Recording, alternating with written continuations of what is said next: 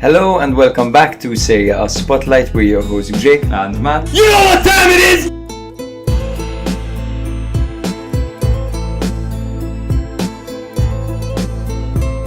I can't tell you guys enough how much you've been my internal monologue when thinking about football for the last year. Yes, amazing! We get to record while drinking some wine. Jake and I will have a very special soft spot for Salernitana. We love him. We love him. Stop zooming in on Allegri's face, bro. You're gonna make How me are you break. exposing me? Because you're gonna make me break, man.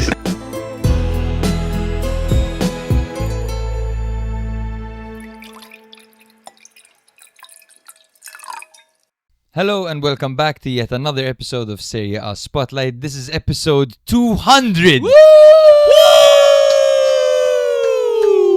And we will be taking you through all the events and action of Matchday 14 in Serie A. Brother, that is around, did you say 24,000 Hours, hours give or take. of us yapping on social media? Yes, that's unbelievable. You could literally edit our videos to get us to say anything. Literally. We've probably said all the words, every single one. Everyone, we've said it. We've Please, said all the words. Please don't do that, guys. Thank you for supporting us for 200 episodes. We're gonna get a bit turned in this episode. We've got me and Jake. You know what we're like when we drink. We start forgetting everything. But Nick, the producer, give us a scream. Nick, he's smelling the drink and cringing. So we've never been in the studio drunk with Nick. So this is gonna be a first. But don't worry, we have cold water as a mixer. Yes, of course. Sponsored by Cristal, look at that. It's not sponsored by Cristal. Sponsor us, Cristal. Sponsor us, Cristal. It has been. So we also had our Spotify Wrapped come out, and it was a weird feeling seeing the numbers that we got there, man. It's very surreal, to be honest. It's difficult to actually imagine that so many people listen and that so many people actually have us in their top 10, top 5, top 1 podcast. Yeah. You know, and you see people sending screenshots like Brandon was on the 0.1% of our listeners. It's just great, eh? I think the one that stood out to me the most is like 550 people had us in our top 10 podcasts. Which is absurd, and that's on Spotify. So thank you everyone for the support. Yes. Thank you to the US, thank you to the UK, thank you to Australia. Those are our 3 top listeners. So shout out Sweden to as well. We have a lot. all of you guys. Yeah. And thanks to everyone as well who listens on YouTube and Apple Podcasts as well. Of course, just because your platform doesn't give you this whole grandiose bullshit at the end doesn't mean that we don't know that you're a real one. Exactly. Actually, I'd love to get a bunch of you that listen to us on Spotify onto YouTube. Let's get that YouTube monetization, guys. Why are we here? We're not here to just celebrate and fuck around, guys, because it was a mad week of Serie A once again. Matchday 14 had some really good fixtures, some really good games of football. Some things really changed, but some things never change. So we're gonna start things off with Napoli 2, Juve 1. Napoli once again with their 3-4-3. A decimated midfield forced them to start with a double pivot of McTominay and Elmas, but still they looked so fluid, they looked so quick, they looked so vertical.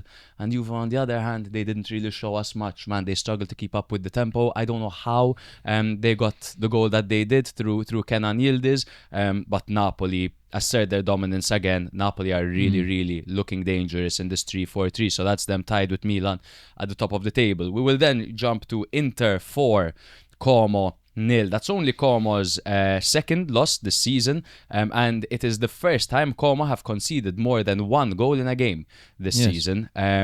And they conceded 4. But if there was a playbook of how not to play against Inter, that's what Fabregas read before the game. We'll get into a lot more of that very soon. Exactly, and some interesting quotes from Fabregas as well. Yes.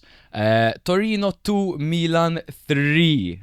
We were anticipating, well, I was at least anticipating a draw or a loss for Milan here. Historically, in Torino Stadium, Milan did struggle. They went 2 goals down. Allegri in the technical stands wherever he was, obviously suspended. He was on the phone. Freaking out. But Rabiot got one back, and then Pulisic came off the bench with a fever and scored 2. Just fucking Pulisic, though. Just to put things into perspective, Milan had only won 1 of 12 of their last away games against Torino. Crazy. Now make that 2. Oh yeah.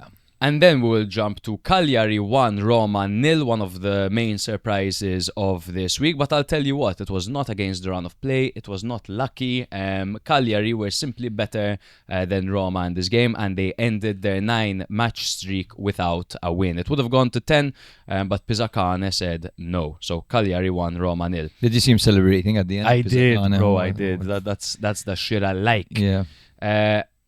You remember... Last week we said that Hellas should sack Zanetti. Yes. Do us a favor, guys. It's our 200th episode. Forget we ever said that. Okay? We're just going to pretend like that was never said and that isn't our opinion. We always believed in Zanetti. Always, from the start. From day one. Never thought they should have sacked him. Even last season, we're like, no, keep him. I think the last 2 years, both seasons started the same way, right? Of us saying like Zanetti just isn't cutting it. Yeah. Last season, they actually had a good start because they smashed Napoli 3-0, but then things got really dry. But it's always like, when they are at their worst and you start to count Zanetti out, that's when his team rises out of the Exactly. You know, Zanetti would be, he'd have much better results if one of his parents was kidnapped or something, and they're like, win this game or and you'll get your parent back, for example. No one do that to Zanetti, the poor guy. But Hellas Verona 3, Atalanta 1. The key difference over here, Hellas can play in the fog, baby. Oh yeah, because this looked like something from which film, Nick? Did you say it was from? Gotham City. Gotham City. City. No, I heard another one though. Silent Hill, I don't know, man. Let us know what movie Yes. it looked like in the comments, And guys. Fuck up the like button. And guys, do dirty things to the like button. The like button is begging. The you. like button, this isn't even a trick. I promise to Jesus that if you press the like button, it turns into a football. I'm not even taking the piss. I'm not taking the piss. There's a little animation that turns it into a football. I'm not sure I believe you. You've never liked I that have shit. liked. That's the problem. I liked it. Guys, This smash, is not a trick. Like, smash the like Yeah. button, and if you get a ball, if Jake is right, then comment Jake was right. comment Jake was right. Exactly, and follow us and like us, whatever, and order from Benevobid. But Hellas 3, Atalanta 1. What a performance. Fog aside, I mean, that was a very opportunistic Hellas Verona that made life very hard for Atalanta, and Atalanta couldn't put a foot wrong because Hellas were there ready to exploit it. A team that struggled so much for goals, now putting 3 past Palladino's Atalanta. We'll then go to Lazio 1, Bologna 1, a very even game. 2 teams that are both coming off mixed spells. And essentially it was goals by Odgaard and Isaacson over here. But a very even A bit of a game. mixed bag. We had an interesting red card as well. Yes. That I want to discuss with you as well because Hila basically told the referee you're crap. Essentially, you're bad at your job. He told him se scarso, something like that. Okay. Something like that. And he got sent off for it, and I'm pretty sure that against the top teams in Italy, referees don't usually dish those out. Like, there is a part of me that thinks referees should grow up, and like if someone tells them they're bad, it doesn't mean they need to send them Yeah. off. There's dissent, and then there's dissent. You know what I mean? If he says something about your mom, send him off. If he says something, if he swears at you, like offends you verbally, like a verbal attack, then sure.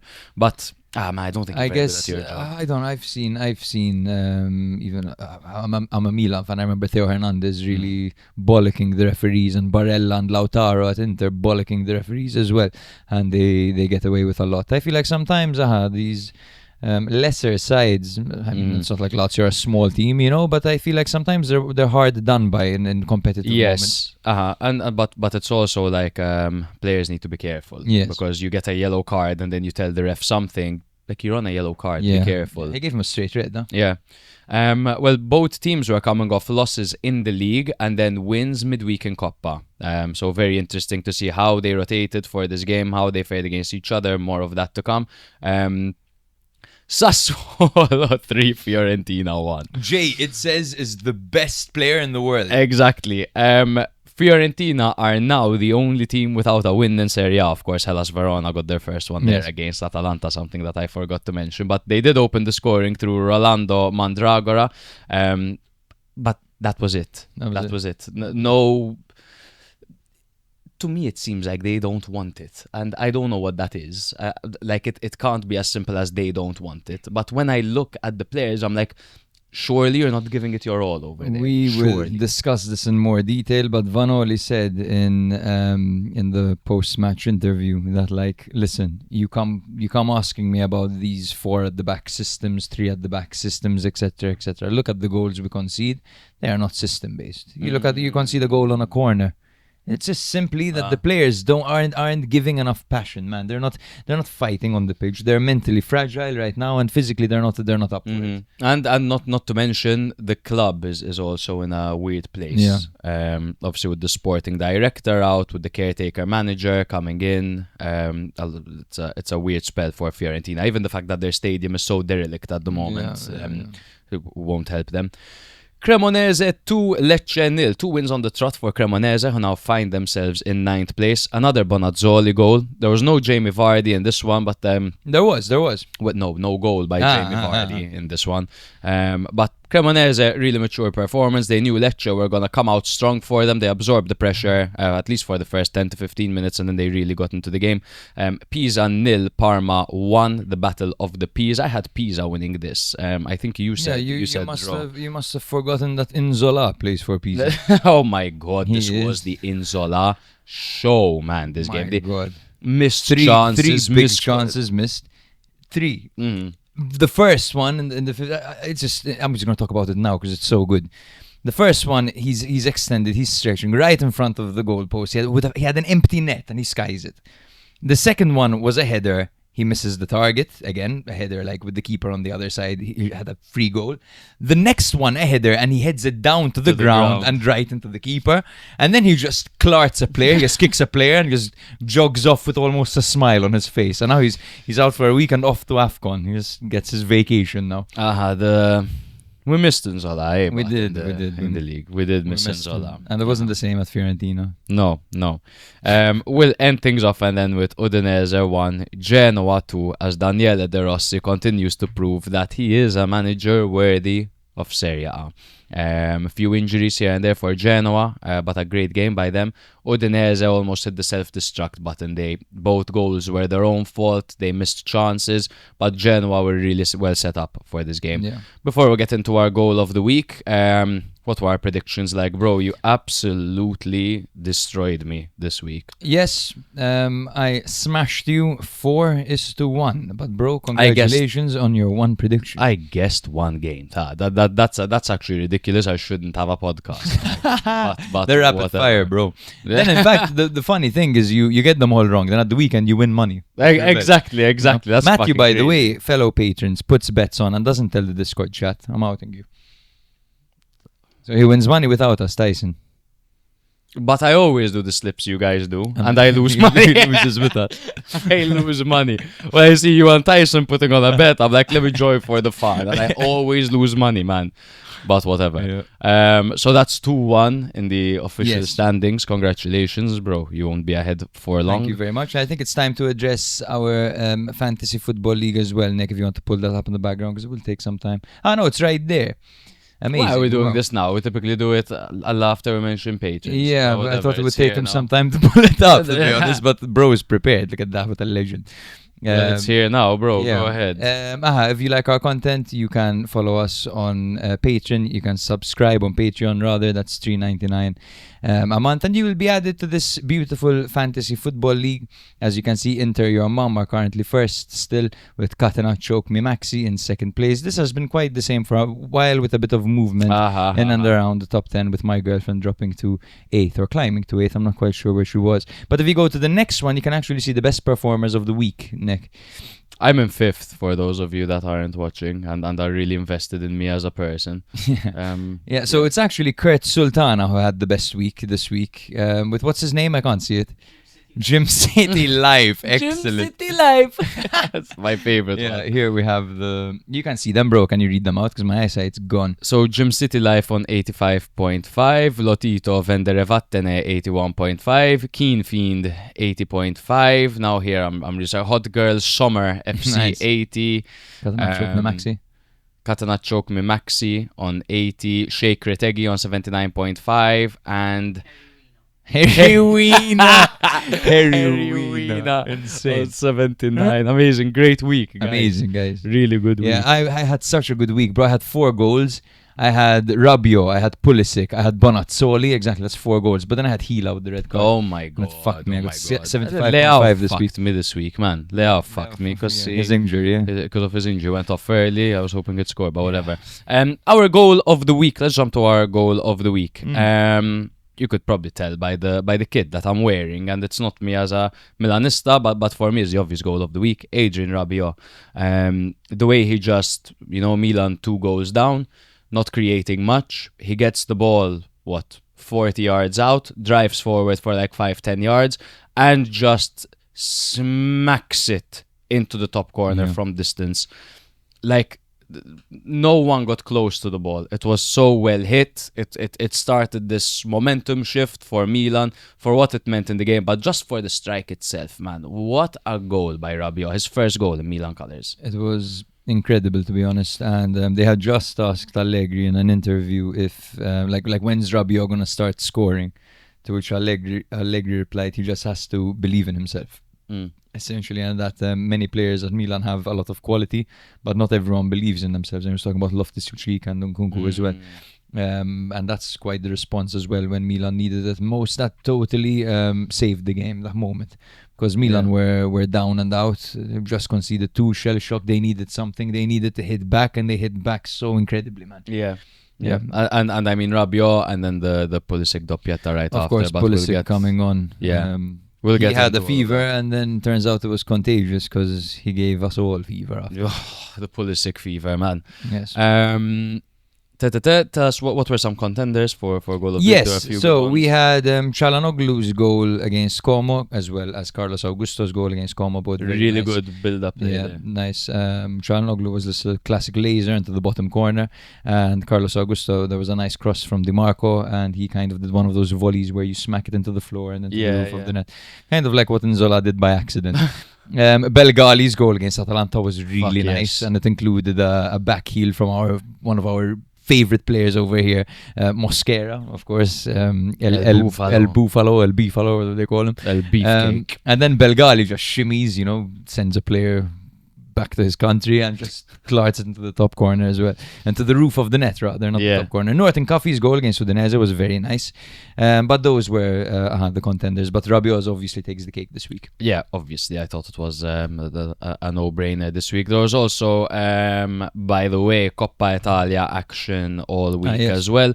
Juve beat Udinese 2-0. Atalanta beat Genoa 4-0. Napoli beat Cagliari on penalties 9-8. It was actually Felici who tore his ACL during the game, stepped up to take a penalty nonetheless, and he missed it. He hit the crossbar. Devastating, to be honest. That penalty shootout was so exciting. I was on a train watching it. I was like, let me flick this on, see the last bit. And it was so entertaining because it was very even.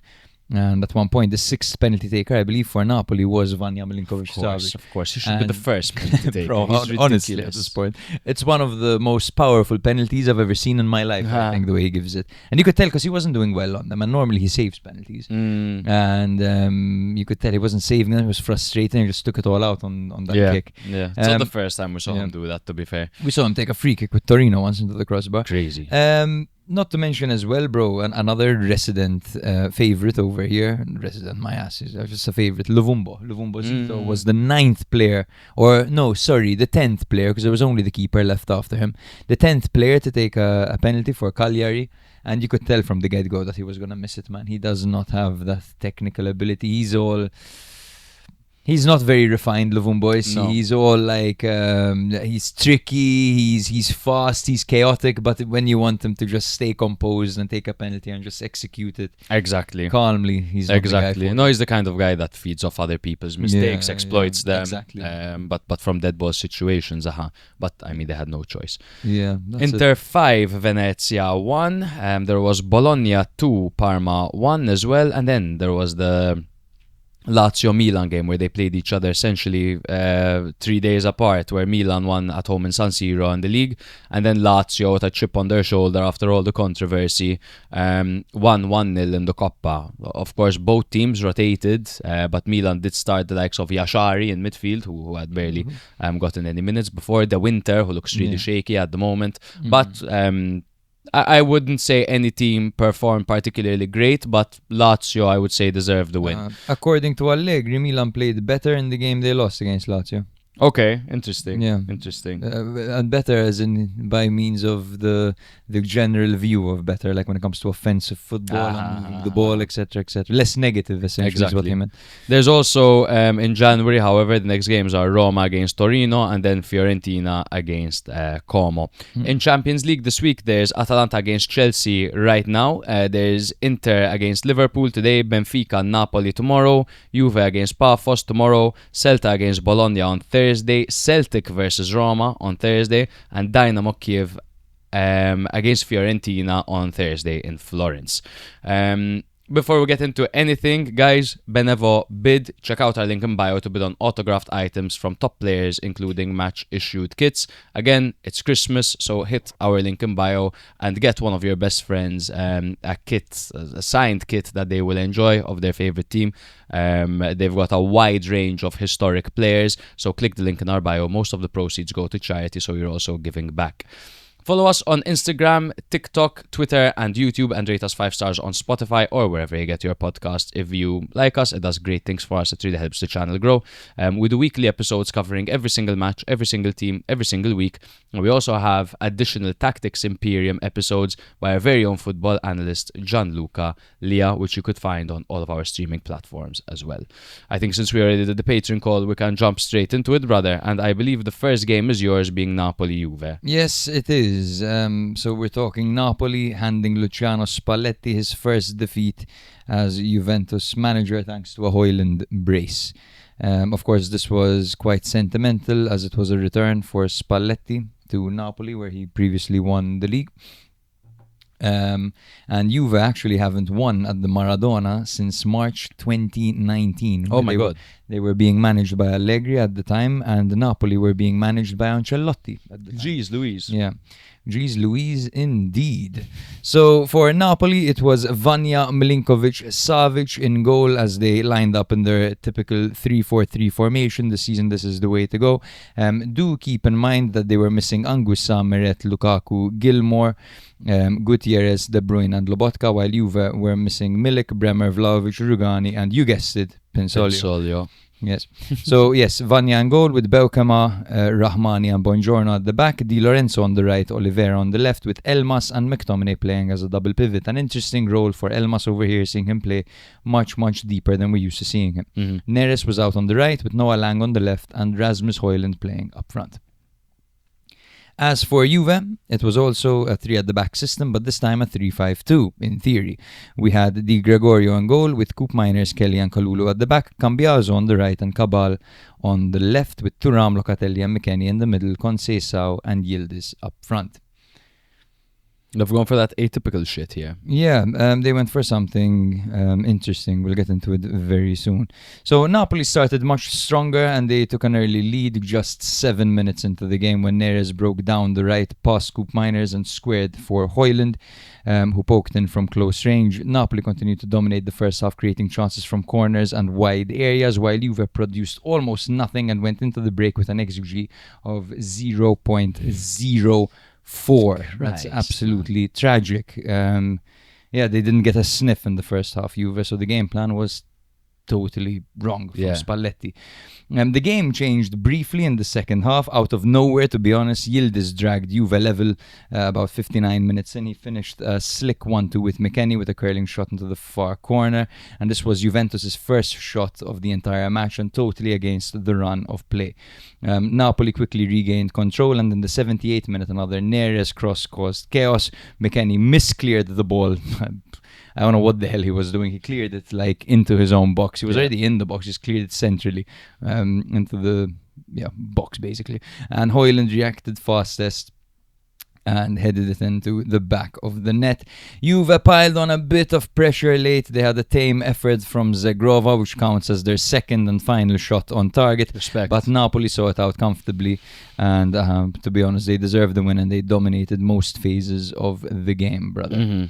So I think here, to get into what Juve tried to do exactly, and perhaps it was a little bit naive of Spalletti, is I think playing Yildiz as a false nine instead of playing David and Openda, who the club invested extremely heavily in. The idea was to kind of trap players to Yildiz, to pull players out to mark Yildiz, and then to play in the midfielders from behind, right? But that didn't work at all, because if you're going to go into a game against Conte with the intention of disrupting the organization, that is rarely going to happen with Conte. His teams are so organized, and if you're going to play man-to-man, that's where he thrives, man. So I just thought the game plan was a little bit naive from the get-go. Interesting. I definitely see that point of Yildiz. And this is just also like a bit of a shame in that sense that, you know, coming into the season where like, you have got 3 strikers. They've got 3 guys that can walk into a lot of teams, obviously, with Vlahovic, David with the record that he had in France, and also Openda. We've seen what he's capable of as well in the past.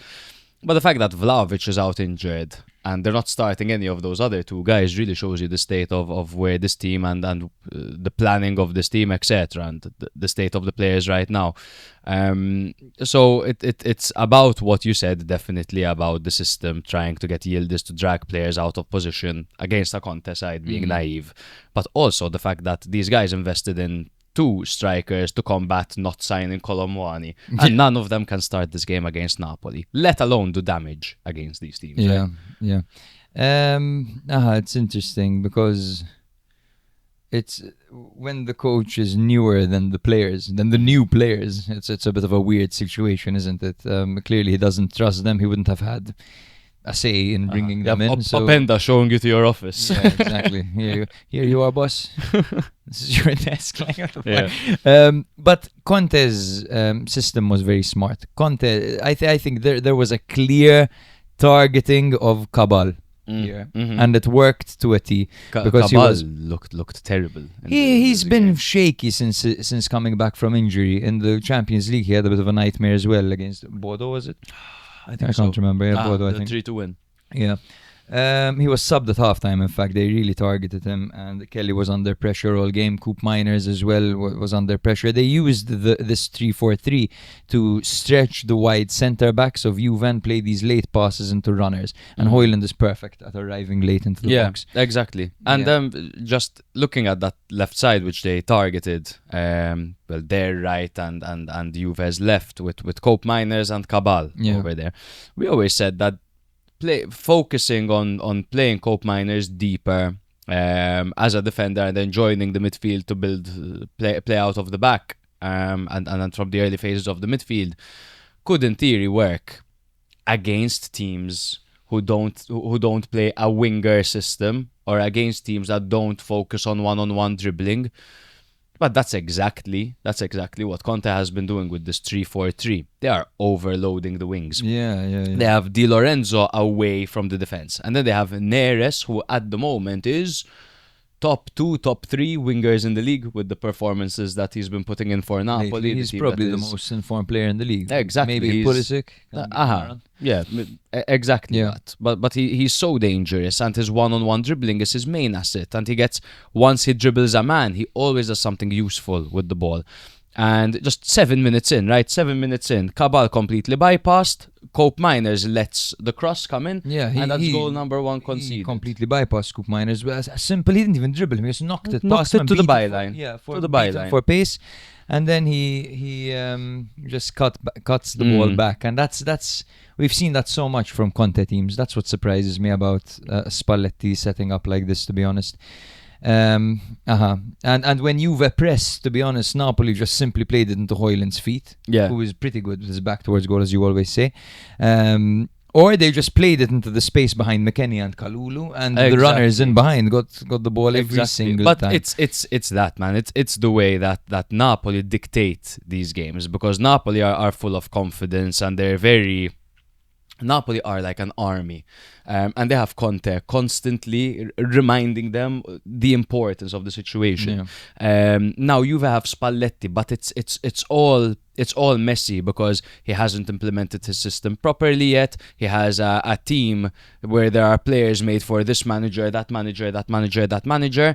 What they're expecting from Spalletti is to get this monstrosity of a group of players that they've put together to form some kind of team, and to make a team out of them. Now, to be completely fair, is his first loss, and it came against Napoli. Not a fan of the manner it came in, because they showed no threat. But with that being said, with no threat, they equalized and they got back into the game. You know what I mean? So it's not as devastating. Spalletti isn't. It wasn't well set up for this game. But I think it's a learning point, and I think Juve can actually grow from this. I still think they're in good hands. If there's someone that can get 11 players that were signed for him, and the other, to put a group of players together, Spalletti is one of the better candidates. I still think he's a top 4 specialist, and if you look at his track record, it's very rare that he... I don't have the stat exactly, but I would bet money that he, for the majority of the time, finishes in the top 4. Like, let's be real. The issue, though, is that this team, as you correctly said, is a team that's built for many different people. You've got some players who are brought in for Motta's system, for Tudor's system. It's a bit of a mess, right? For Allegri's system. Exactly. So you've got all these players, and then you have Spalletti, who plays a very particular system. Who loves to dominate possession and to play his kind of football. So you've got this combination of players, and you bring in a manager, and you're trying to put these blocks into this manager's piece exactly. It's a bit of a mess, and in theory it should take time, but he's on a short-term contract, so it's all weird. It's all weird. There's nothing orthodox about it. And this, it makes me look back and say Thiago Motta, who was undefeated for a stretch. Okay, he broke the record for draws in a single season. Juve weren't doing great. They were at risk of dropping out of the race for top 4. They were at risk of dropping out of top 4, right? And they sacked him, and they brought in Tudor as a caretaker. Looking back at that, the sacking, if you are gonna build a project, in hindsight, like, sometimes it means at some stage, maybe for 1 season, maximum maybe 2, if it's a successful project, you might drop out of top 4 for 1 or 2 seasons. But it means that over a long stretch of time, you can sustainably build a team that is going to get top 4 and then challenge for the title and then do well in the Coppa and then build a thick enough squad to compete on all fronts. But they hit the panic button. They're like, oh shit, we're going to lose the funding if we don't get top 4. And they hit the panic button, and they made the decision they deemed right, and he fell out with the sporting director, and there was that whole controversy because it's a mess, let's be honest. Had they maybe stuck with him, with the squad that they gave him, all those signings that they made, all that quick fire sale that they made, maybe this would be the point in which Motta starts to perform well. Yes. It could have all led to this moment where Juve were doing well. I'm of the opinion that you should always look long term as well.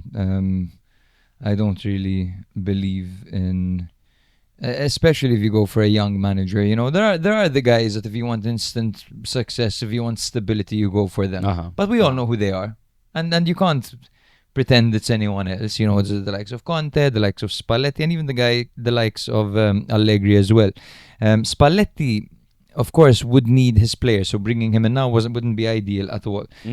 To add to what you were saying, replacing Motta with Tudor, and then Tudor actually getting top 4.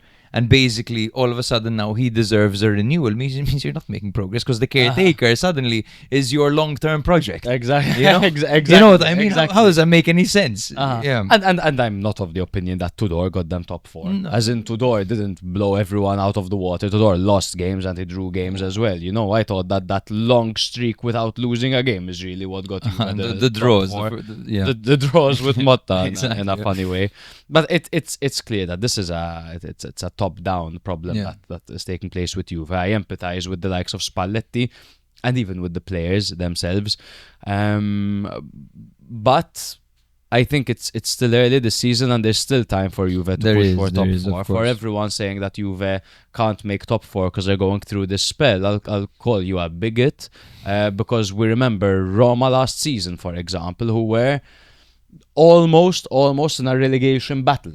And they were 1 point off of getting top 4. 1 point. Yeah. And they were their third manager of the season. So It would be naive to kind them out. It would be naive to call them bad, quite frankly, because they most definitely are not bad. They played badly, sure, fair enough. This game against Napoli was not a good showing, but at the end of the day, they played terribly and they got 1 goal back out of the blue, and they only lost by a 1-goal margin at the end because of an individual error. But I've been hearing a lot. There's a lot of overreaction. Overreactions on Juve. But that's exactly what gets Juve into the situation that they're in. It's this, like, whenever there's a situation, they just fucking start sell this player, sell that player, sell that player, sell that player. We need to remove the dead wood. So remove him. Suddenly you have no defenders. In the meantime, to make up for all, like to fund all these flops, they're selling the likes of Muharemovic. They're getting rid of Dienhausen, Dragusin, the fucking Sule. It's crazy. Mbangula, Savona. Even what's his name, man? The left back of Spinazzola was at Juve. Yeah, crazy. Like honestly, they could have a mental team, of course, but hindsight, right? Yeah. So this game was a little bit of mismatch when it comes to tactically as well. Nick, the producer, has just handed me his drink. Is that where you're keeping it, or are you handing it because you... He's worried. That's the white flag. Nick has raised the white flag on episode number 200. This much, yes, top us up. Shall we? Yes, thank you very much. Guys, if you're not fucking drinking and fucking up the like button while you're listening to this, you know what? It's fine. Most people listen while they're driving. It's brother. really okay. All right. Way to make it inappropriate. Yes. Is that all for this game? As in, I can mention that Kalulu struggled to progress the ball. McKennie pushed high. McKennie got 2 assists. He assisted the goal and then assisted Højlund. But they pushed so high that they couldn't even like control the midfield. Coop Miners was often weirdly isolated at the back. Cambiaso, you'd sometimes see him on the left, sometimes see him on the right, to the point that if you actually look at his heat map, Nick, I don't know, you have SofaScore accessible, right? If you go on Napoli Juve and you go on lineups and you scroll down, yeah, there it is. Scroll down more. Is there the heat maps at the bottom? It should be at the very, very bottom.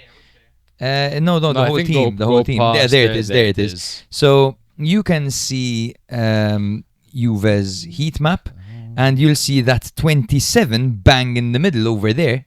I don't know if you see him. That's Cambiaso. That's his average position. Because he was so spread out. Then when you click it, Nick, if you click the 27, it'll actually give you more detail. You can see that it's that position because he was sometimes playing on the left, sometimes on the right. Okay, so it's like a median, like an average. Yeah. I mean, but I found that very interesting. Look at Yildiz, how high up and isolated he is, trying to pull out the defenders, and then look at all those midfield runners trying to attack from lads. behind, What's this? Match of the day. deep. Just pause it there. Just pause it there. When have you ever seen me talk badly about Mo Salah on the pitch? Last week you'd say his leg. Last week you said his legs had got. We have a bobblehead of this unprofessional fuck. There he is. There he is. Mo Salah. I don't know why they throw me under the bus. Here he is. I love Salah, man. I love Salah as well. A bit weird to react the way he did. But anyway, this is Serie A spotlight. He's often done it. I don't know if there's anything else I want to mention other than I feel like Napoli did target Cabal this game. Of course, I mentioned that already. Nothing else left else, to add. right? I thought Buongiorno still showing a bit of ring rust, but I think this three at the back. Yeah, I just want to highlight as well. Sorry, go on. Sorry. No. It's really allowing them to defend as a team where they Yeah. don't almost have to worry about individual errors. We see a bit of ring rust from Buongiorno, even from Belkema every now and then. But like massive fucking shout out to Rahmani. I can't stress enough how important this guy has been for Napoli over the past 4 or 5 years, man. Because he is the glue, he is the consistent. Rahmani has a shout to be one of the guys that sports the armband every now and again, man. He's one because of the he's servers. like he's the rock for Napoli. He's the Gabbia. He's the Gabbia. Yes, But for a longer time, Yeah, because it's Gabbia true, was actually. out It's of true. favor. No, he's awesome, Rahmani, man. He's so underrated. Where is he from? Cyprus. Cyprus. I believe he's Not Cypriot. Kosovo? I believe he's Cypriot. Or am I confusing him with someone else? One sec. Amir I Rahmani. know Castanos is Cypriot. I thought he was from Kosovo. But his curve's Brazilian, bro. His curve's Brazilian. Kosovo. Sorry, dog. Who's Cypriot, Mela? What's his name? Castanos. Well, sure. I doubt I confused Rahmani and Castanos. He's the only Cypriot I know in the league. I don't know anyone else. I want to mention Elmas and his position. Yes, of very course, good, very of interesting. Deep lying playmaker. Yes, and very interesting to see how him and McTominay would collapse onto Yildiz and essentially rendered him not useless because he scored, but they made his life hell. Yeah. McTominay at this point is Conte's utility monster. If he's short for options up front, McTominay becomes the goal scorer, as we saw late last season, as we've seen many times this season as well. But this time he played a completely different role, and he can do anything. Anything. He's the perfect Conte player, man. Scott. He can arrive in the box late. He can mark players on transition. Bro, He let wins me areas, sum this up. duels, Set pieces, threats. He had a set piece at one point, bro. Brother, this is a guy that for United he has played at centre back. Yeah. For Scotland he's played as a striker, and for Napoli he's played as a winger. Yeah. There isn't a position this guy can't play. And he's so professional. He's so well rounded. He is, to put it plainly, a very good footballer in all forms. He can perform anywhere because of his professionality. Any naturally. position. Let's call him the Kama Sutra. But Kama Sutra man. But Elmas I was particularly impressed by, and this is a point because we're previously saying how long will they play the 3-4-3-4, because Anguissa will eventually come back from injury, as will Lobotka and Billy Gilmore, etc.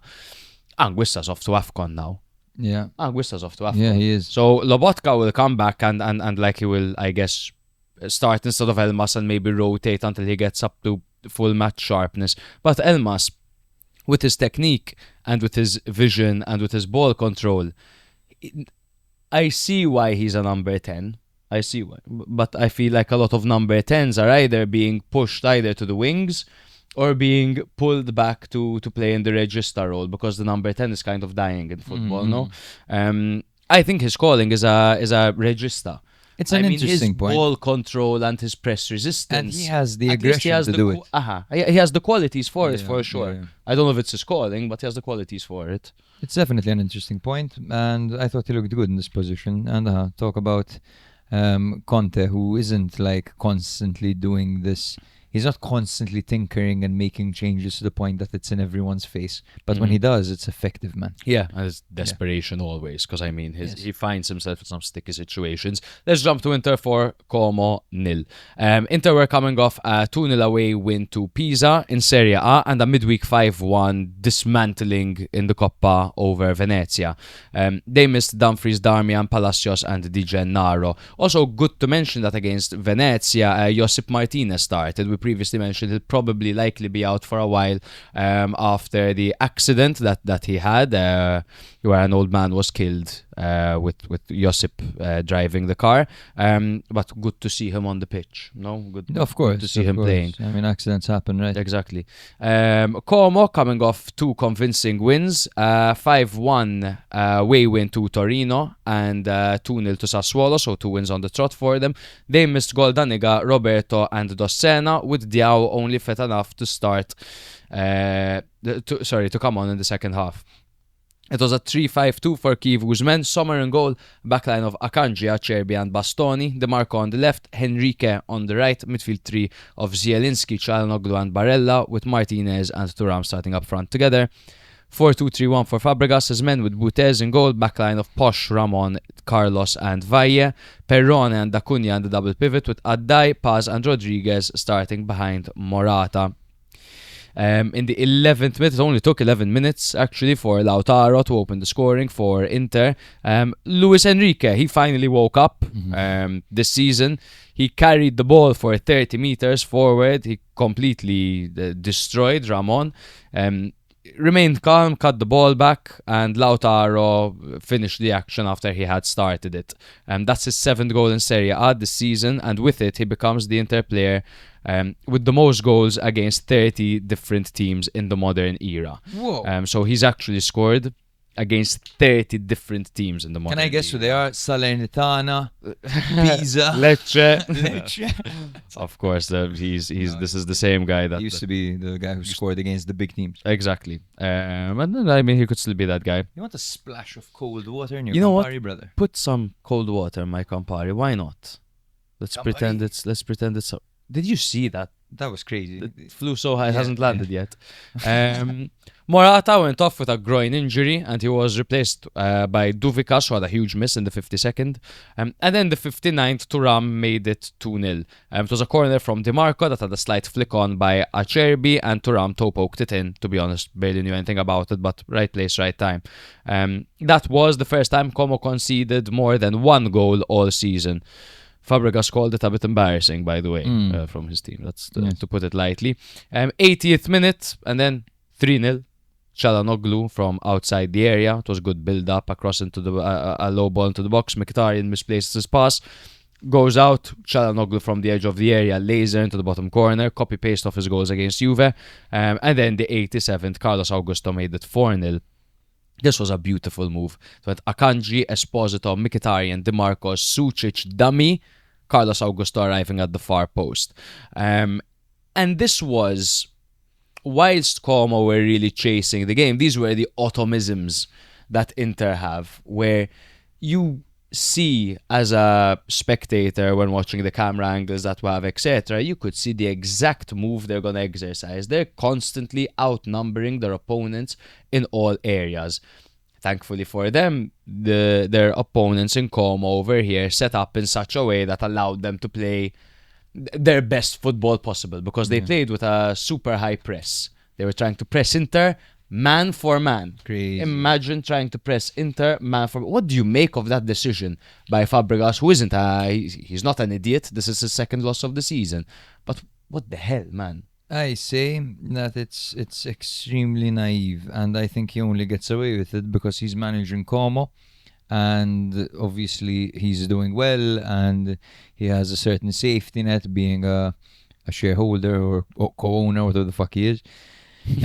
I think that if you go to a big team, which is what everyone is expecting of Fabregas eventually to go to end up at a top team, if you lose 4-0 and then you say, you know what, man, I'd rather lose 4-0 than play a 5 at the back, that's not going to go down well. At all, it's not going to go down well. Because what do you mean? It's not you lose 4-0 or you play 5 at the back. That's it. They asked Allegri about it, you know. Allegri was very diplomatic. He said, Fabregas has done a very good job at Como, etc., etc. He said, but for me, I'd rather get the points. I'd rather get the win. And that should always be the objective. Now, this is 2 completely different eras in football that you're seeing, right? You're seeing the Allegri style, with the likes of Rabiot for experience and Modric for experience, you know, that kind of football, catenaccio, essentially. and It's Italian and Spanish. Cortomuso. Yeah. Versus Fabregas, who fills his team with young, expressive players with lovely passages of play, a high defensive line, All right, all good. Gegen press. All well and good. Like it's that, but to say that like what's Fabregas's goal? If you were to ask Fabregas, what's your goal? Is his goal to? Because this is the thing with Como, they do a lot of things to attract masses. So they bring in these celebrities to the games, they play an attractive brand of football. They're like, pause, listen, if you have an extra 20 seconds, try an overhead kick, let's excite some people and whatever. No, but they do this shit. Shock factor. And I'm sure it's Yeah. television, you know, they The go for Bonnie Blue television. of Serie A. The Bonnie Blue of Serie A is like a great way to put it, especially since Como is predominantly blue. That's a great branding exercise for to get Bonnie Blue to Como. Get her for one of the games. Fuck it. Yeah. No, she might try something weird out there. Like what, 30,000 people in the stadium. Yeah, should be extremely vocal about it and weird. But my point is, like everyone talks about like, will they get top 4? Will they get this? Will they get there? Is that their goal? Is their goal to, you know, get 1 point when they should have gotten none and outdo their XG, for example? Or is it to get brand investments, to get brand deals, and to get viewers from Australia, the US, this and that? I think there's a certain element of pride to it more than anything else. I think Fabregas wanted to beat Inter his way. He wanted to take his game to Inter and see what happened. I don't think he prioritized the rational approach. Like if he were to actually, he knew, you know, what he said in an interview. He said, I contemplated doing it, but I just couldn't change my approach, you know. Which just goes to show, I'm sure that down the line he'll mature as a manager, and this will all be absolutely the old Fabregas, the young Fabregas, you know, because it's not sustainable at all. And I've made 2 comparisons. I made them just as we started recording. You know, imagine saying, I'd rather show her my tectonics than ask her out. Okay, Imagine we've been, let's be honest, we've been there. Have we?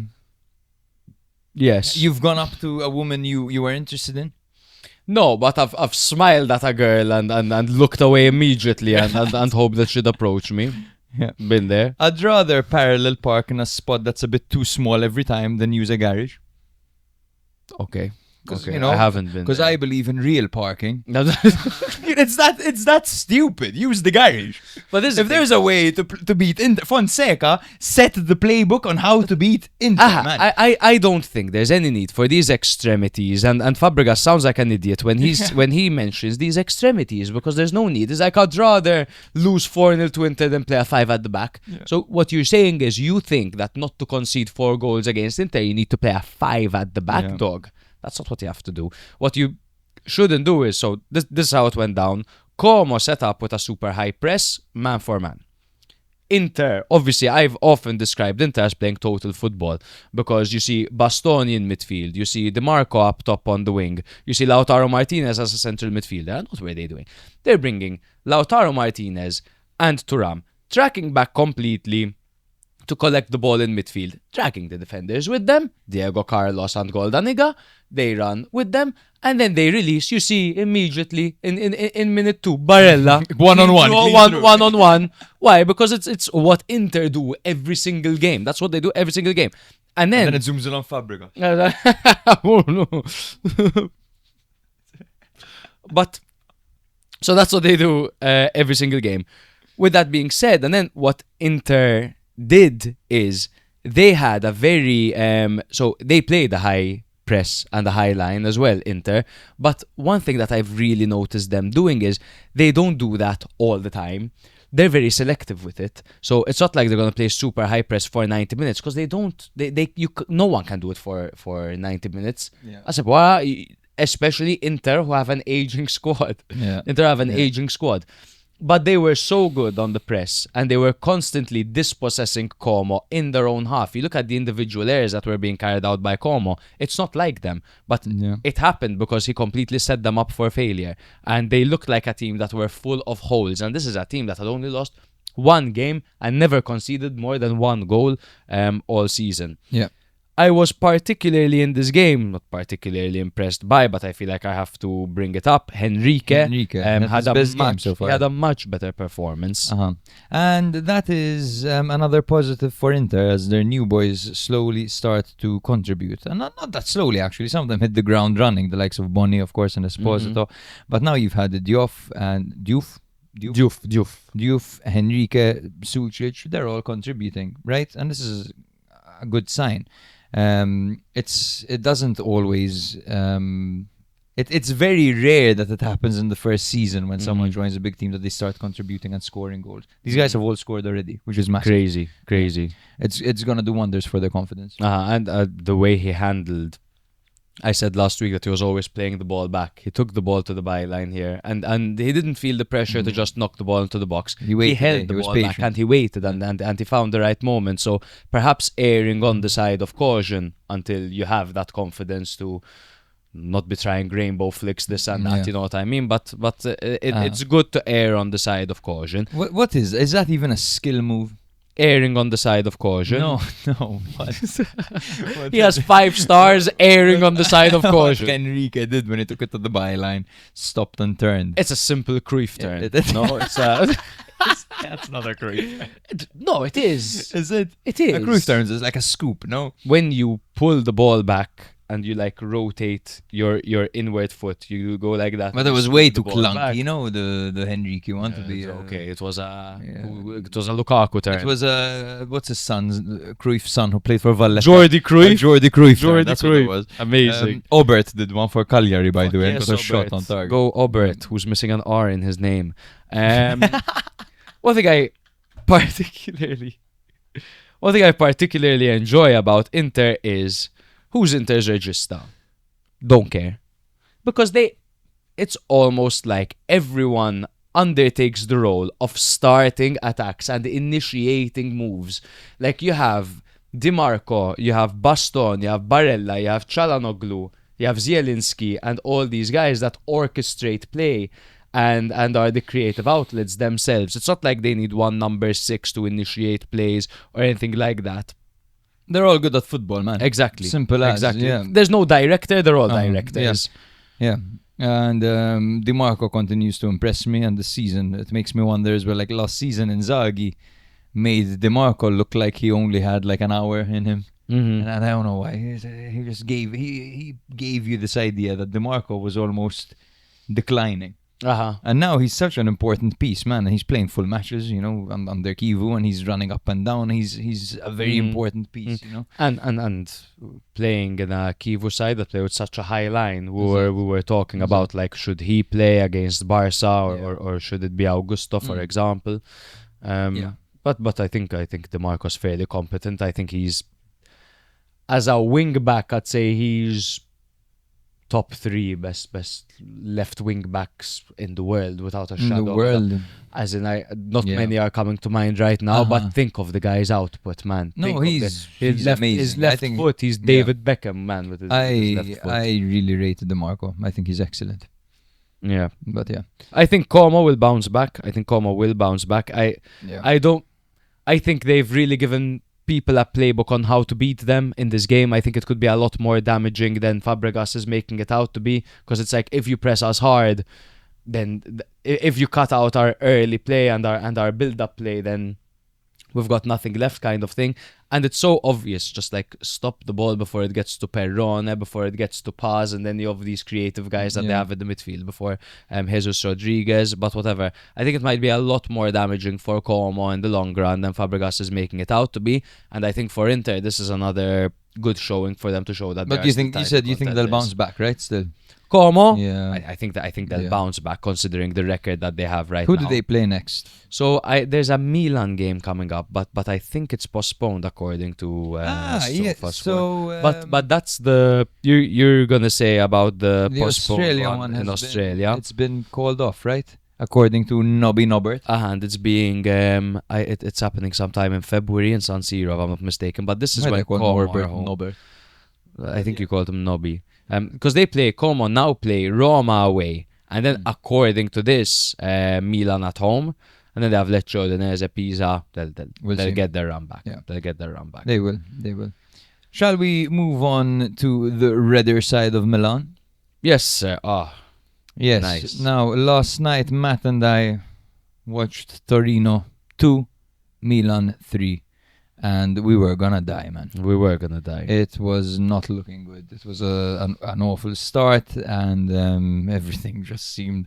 Let's just get into it. Yeah. So Milan were missing only 3 players this game: Atakame, Fofana, and Jimenez. And Allegri. And Allegri, yes, that's a very good point actually, because Allegri was in a box on his phone. But it's That was- okay. The Mug King. Yeah, That's what they're calling him. the Marco Mug Landucci, the Ah. Mugger, bro. Yeah, Bro, hilarious. Mugger. Hilarious he is. Also, I love that even when Allegri is sent off, he's just absolute cinema. Even when he's not on the pitch, he is. I don't know what it is about him. He's so fun to watch. Allegri. He's so animated. He's so passionate. He's Bro, so, his face, man. his face as well. It kills. Madonna. I love him too much. I Yeah, love him too same much. here. He's the main character. Yeah. There are Yeah. those managers that are main character wherever they go. It's Mourinho, it's Conte, it's Allegri, it's Pep. Yeah, exactly.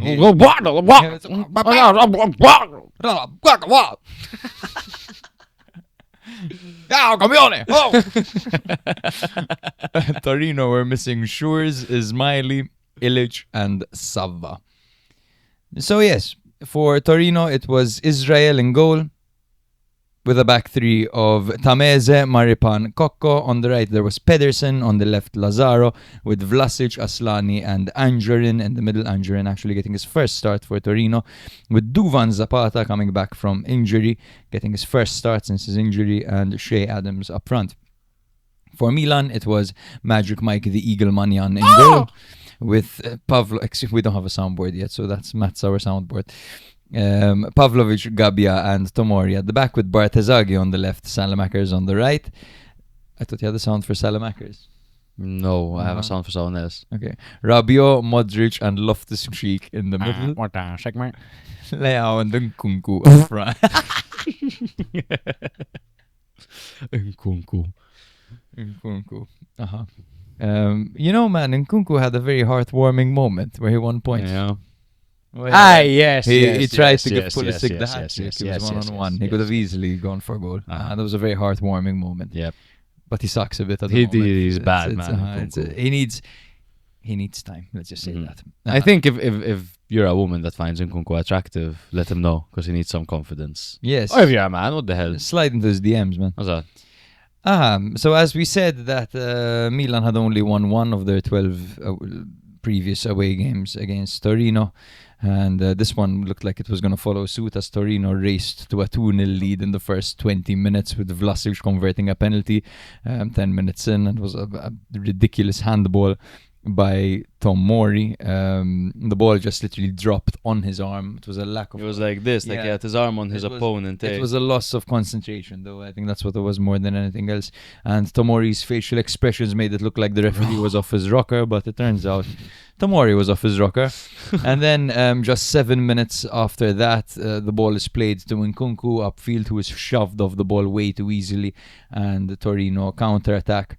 And Duvan Zapata finds himself in a one-on-one situation off the edge of the box with Pavlovic. Pavlovic goes to block the shot. It goes between his legs, and he scores past Mike Manyan to make it 2-0. Gets a good touch He gets a to good it, touch. but it was a bullet by Both. He Zapata. even touched the penalty. Yeah, I know.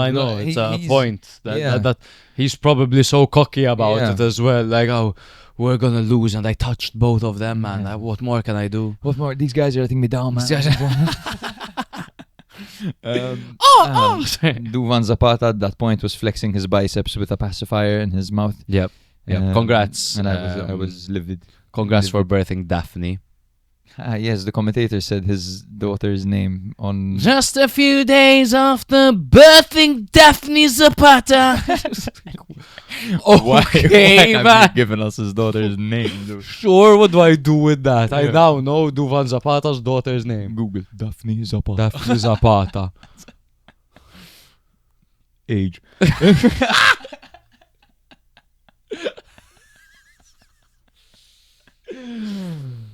Rabiot in the 24th minute decided, you know what, man, things aren't going well. They're sitting deep. I have a bit of space here. I'm just gonna have it. And boy, did he have it. He let Israel have it. Wow. Israel, he gave Israel a taste of their own medicine. An absolute missile into the top corner. Absolute missile, literally. Yeah. And what a bloody goal. That was a screamer. I couldn't believe it. And it was so needed because the game was so in such despair at that point, and the players were so discombobulated that something needed to happen to give that bit of belief. And something so sensational that just shows, listen, we have this quality, we have this in our arsenal. Exactly. And something you don't see enough from Milan when it comes to midfielders really taking matters into their own hands. So it was and it good has to been a see by while, it's Rabio. true. Yes, and then of course on came Captain America. On came fucking, I don't even know what to call him anymore, man. Captain America doesn't even do him justice anymore. I have a nickname for him, but I'll get to it. Okay. In the 67th minute he came. He had just been on for, what was it, 2-3 minutes. He scored off of Salamaker's assist, and then in the 77th minute he struck again. Getting on the end of another cross. It's also safe to mention, it's important to mention that Torino had a disallowed goal for a foul on Salamakers as well. But a 3-2 victory. Torino by the end were a little bit shell-shocked. Aslani didn't follow Pulisic on that last goal. He totally should have followed him. He just left his runner, and you can see all the defenders upset with Aslani for just leaving literally the most informed player of Milan, the most dangerous man, run and get an easy tap in. But what a showing, bro. What a game. What a mentality. No, like, how often is it under an Allegri system that you see Milan go 2 goals from behind and you see them come back? It's not often. Let alone when Rafa Leao goes off injured, when certain players aren't fully fit for the match. It's not like Milan had many options. There was a worry of mine that Pulisic won't come on because of his fever. And I was like, if Milan can't bring Pulisic on right now, there are a few players that I see in that tiny list of bench players that Milan have, of reserves that Milan have, that they can bring on to really change the outcome of the game. And in reality, something just broke. Broken. So, all right. That's good. That means it was mine. Exactly. What was I going to say? But in actuality, I think Pulisic was the only guy that could have come on and scored 2 goals like that. And that leads me to a question for you. Who is Milan's star man? Because it's up for debate. Is it Leao or is it Pulisic? Well, it depends on the definition of star. Okay. Define star man. No, I mean define star man. It is the man that carries the team, the man that is the most effective for the team, the man that sets the example and the standard. That's the man that is the definition of the best player on a team, by the way. Sets the standard, I think, would be Pulisic. He's the most, in my eyes, professional. He's a natural. He's a bit of a quiet leader. He's not one of those that's gonna be barking like, "Come on," you know. Who is it, Leao or Pulisic? Who's the man for Milan? Who makes the artwork? Well, it depends. I think because I'm no, fuck this shit. It's Pulisic. It's Pulisic. But Pulisic for me isn't the best player on Milan. I disagree. I think I disagree. Leao as a footballer is better. He's capable of doing more things. I disagree. I think Leao has obvious traits that Pulisic doesn't have. But what are the obvious traits that Pulisic has? I mean, that Leao doesn't have? They're similar in age. It's not like sure, but if you had to like put them in direct, if you had to literally compare their skills and like I know this has nothing to do with the game itself, like, but for example, who can hit a ball in the air more cleanly? Yes, it's Leao. Who can get the ball at the halfway line and do the most damage going forward? Leao, right? Who can dribble the best? Leao. But what I agree with you is that Pulisic is extremely intelligent and everything he does is with intention, and he's extremely direct. So he will literally take the perfect and the most ideal touches in the most efficient, not flashy, efficient way. That's it. And even his goals, man, they're all placed. Every shot is placed. You'll hardly ever see him smash it in. Because that's it. I think Leao's style and Leao in general excites people more because it's more obvious right? It's the porno where everyone's screaming, and it means they're really having a good time. Pulisic doesn't need to be doing all this screaming and whatever. To me, having Leao, it's like having the Flash. I think when you have Pulisic, you have the invisible man, bro. Oh.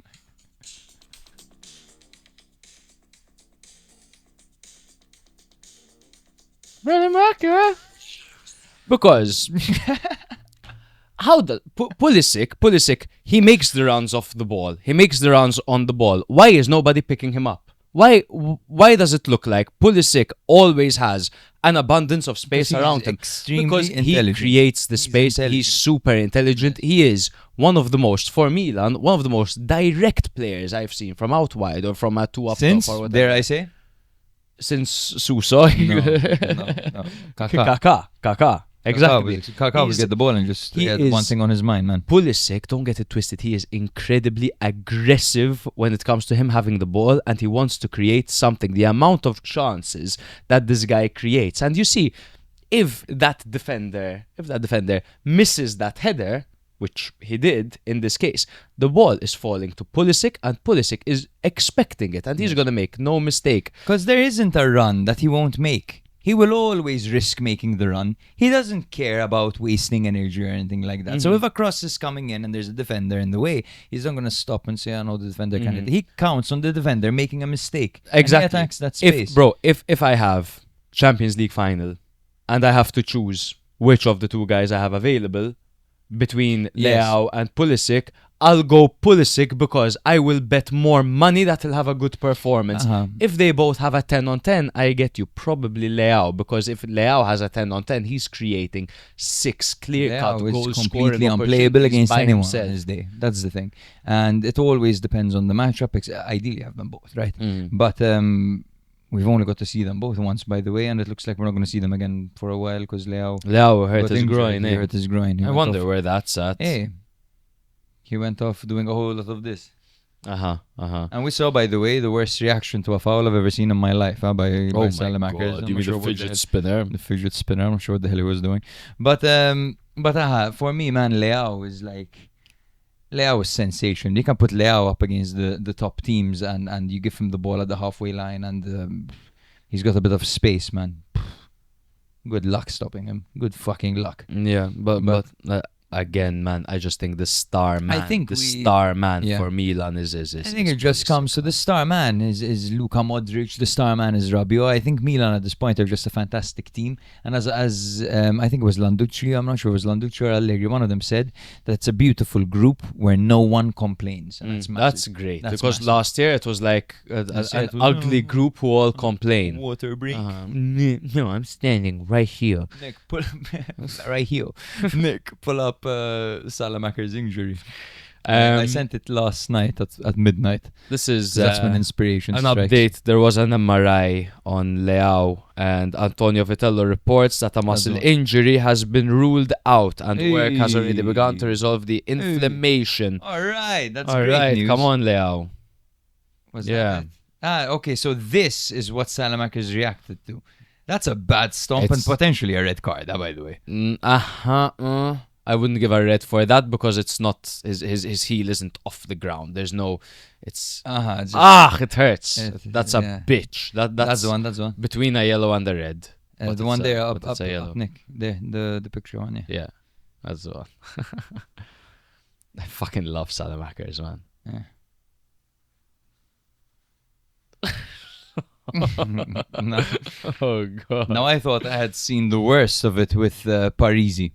Fiorentina. Literally. And Salamakers just one up them over here. You can imagine, like, he's literally break dancing. Do it, do it, do I'm it. bringing sexy back. Yep. That's what Salamakers is doing. Salamakers is bringing sexy Yeah. back. But I guess he tried to get the red card, right? He That's what did. he's- that's what He he's worked. But that's a attempting man to do working there. to get someone sent off. Anyone pays Salamakers overtime because I feel like he's always working overtime. He gets so Salamakers. into it, Salamakers, man. Salamakers is a born competitor. If I had a On the picture, restaurant, you see him like doing this shit to the opponent, bro. I know, bro, Like I know. sticking his tongue out. Like, if I had a restaurant, I'd employ Salamakers. For sure. He'll work 60 hours. But when it's someone's birthday and you need him to do that. Exactly. You just go Yeah. across the street, get a cake, man. It's in my hands, boss. That's pretty much it. On Torino, they started really well. They tend to play better, when there's something at stake, when it's like a big opponent. Also, unless it's Inter, because then they bend over. Yeah. But I think that they are in better hands now that they have Duvan Zapata back. Hopefully he can stay healthy, because that's an interesting pure striker, something they've lacked.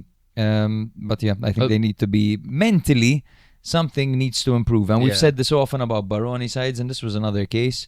When Milan got the 2-2, I was almost convinced Milan were going to win. Yes, because of what a mess Torino were, bro. They were playing this weird line. Milan ended up finding themselves in situations where they had a numerical advantage, even though it was only 2-2, you know? At no point was I, when the second, I'm not gonna lie, when the second goal went in, I was of course panicked, but then I remembered, look, I mean, there's Tamez, Maripan and Coco at the back, and Tamez in fact went off injured at a point. He was replaced by, I don't know, I do this to myself over and over Matt again, loves and over and over and over again. He was replaced by Mazina. It hasn't happened since the 1983 Champions League final, which was won by Let me try to remember. Nottingham Forest. Okay.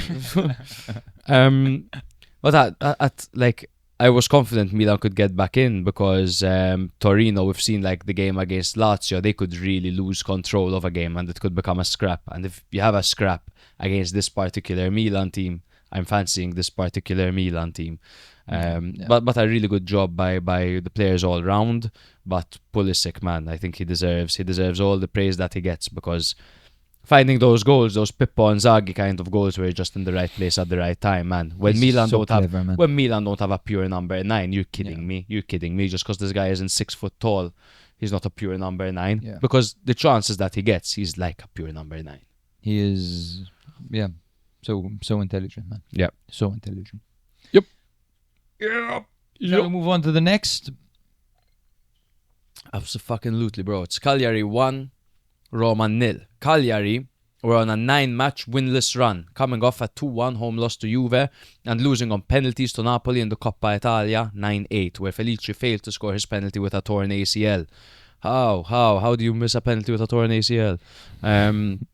They missed him, Mina, Belotti, Mazzitelli, and Ze Pedro. Massive, especially Mina. Yeah, huge. Mina, Belotti, Tall and guy. Felice. Yeah. Felice is that guy that you bring on, to change a game. So much pace and so direct. Roma were coming off a rare loss to Napoli, and they had a week of rest, unlike their rivals. They missed Dovbyk up front.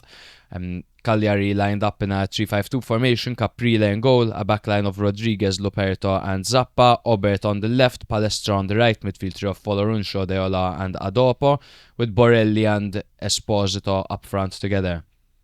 A 3-4-2-1 formation for Gasperini's men, with Miles Villar in goal, backline of Mancini, Indica and Hermoso, Zeki Celik on the right, Tsimikas on the left, double pivot of Cristante and Kone, Sule and Pellegrini playing behind Tommaso Baldanzi. The turning point really came in the 50th minute of this game, where Folorunsho surged forward and he got fouled by Zeki Celik outside the box. Initially, a penalty was awarded, but VAR confirmed that the foul was outside the area.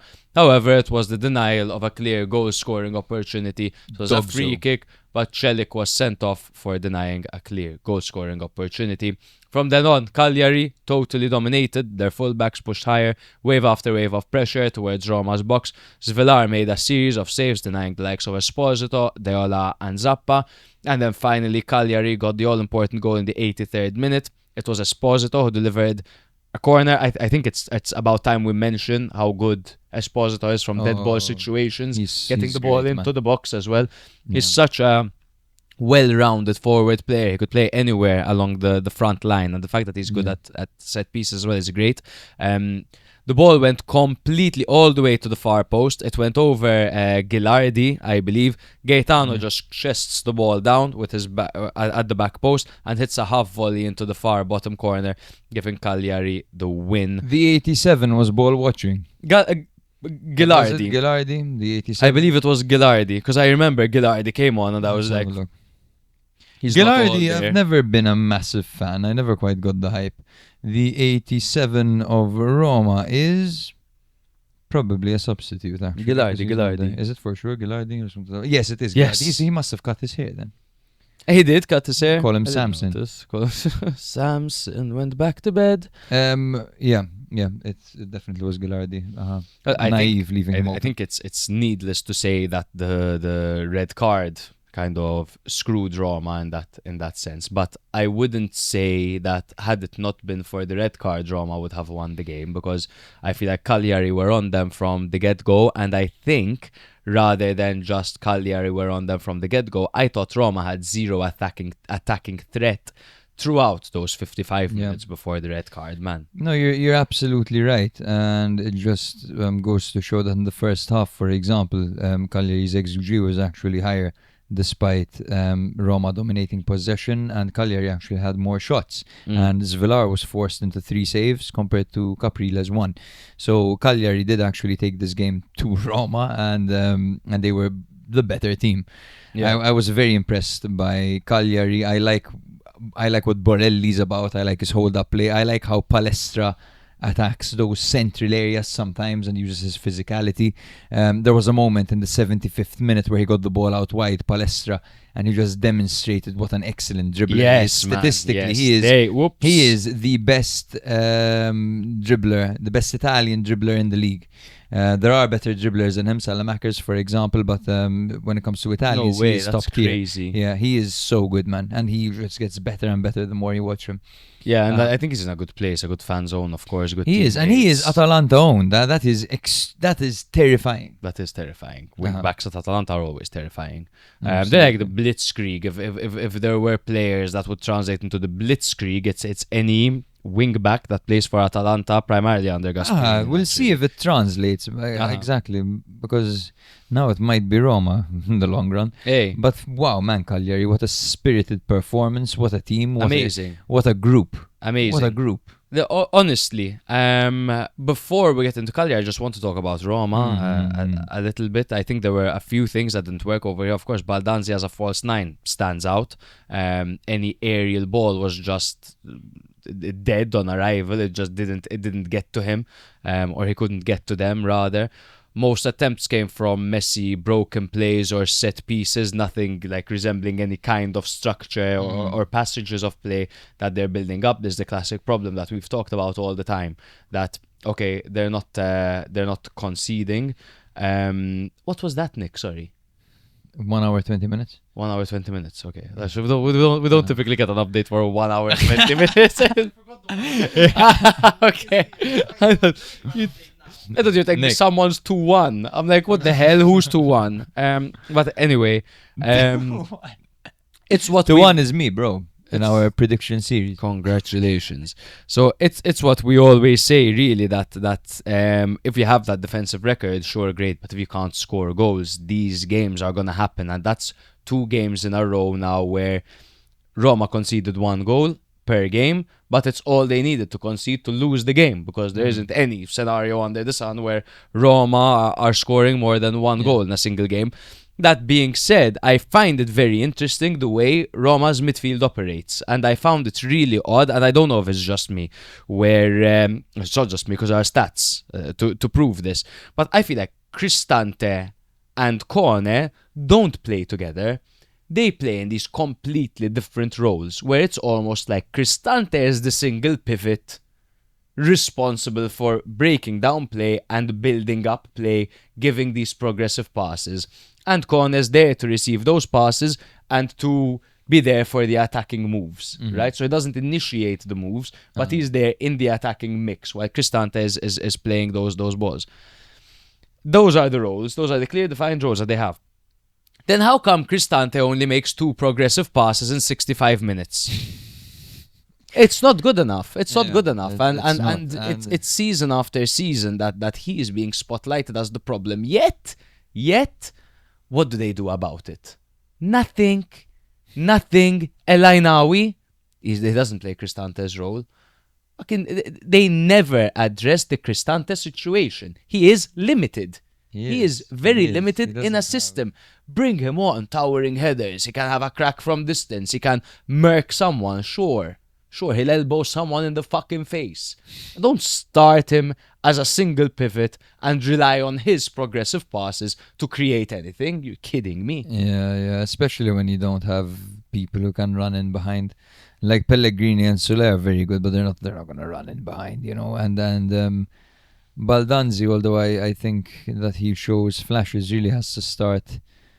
I'm not going to say he has to start working on his body, on his physique. You know, he's 22 years old. He should be on that. He's not a striker, it's true, but he does need to get a little bit stronger, I believe. At this point, if he doesn't get any bigger. First of all, I think that his move to Roma was too premature. Baldanzi, I don't think he ever quite became established at a small team. He wasn't a hero. He wasn't a leading player at Empoli. He was a promising player at Empoli. He wasn't a match winner. It was him. It was and way too Cambiaghi, early. Yeah. It was Baldanzi. So now, Cambiaghi, they were- so now we have Baldanzi, who I'm sure is improving, but we're not really getting to see it on the pitch translated, and he's playing in a new role. It's a bit weird. I envision Baldanzi doing better in La Liga Okay, with his build. Interesting. Because he's so Fair small. enough. He's so small. Uh-huh. But I do think that Roma need an out-and-out goal scorer, and they will clear, get one very soon. It's Yes. clear. When it comes to Cagliari, on the other hand, I think from minute one, Cagliari pressed really high. Did I see, correctly, that Ferguson is going back to... Brighton, we got a text from Yeah, Theo from Theo. today. A text from Ferguson Theo. back to Brighton. Can Yeah. we fact check that? Hey, Nick. Hey, Nick. Yeah. Just look Evan up Ferguson. Evan Ferguson. Rumors. He got with a girl in a club. I thought Cagliari pressed really high. Wait, because I'm too invested in this. Evan Ferguson is a topic of interest Go on, with news. various rumors and updates circulating. Just write Evan Ferguson. Without the rumors, maybe. Yeah. We'll have a look. Ferguson's Roma spell set to end prematurely. Oh, and what's the source? Okay. Oh, Get Football. get footballed. So okay, there aren't like clear Yeah. and obvious So sources, it's but there Italian are reports, talks. But who do they say is saying it? Okay, so he's on loan at Roma, right? Yeah. So there are Gazzetta dello Sport reported it. It Gazzetta said- dello Sport. So is that like a cancellation of his loan? They sent him back to Brighton, and then They bring in they another- have space to bring in another Yes. 9. Apparently, they have been talking to Zirkzee talking to United about Zirkzee on a daily.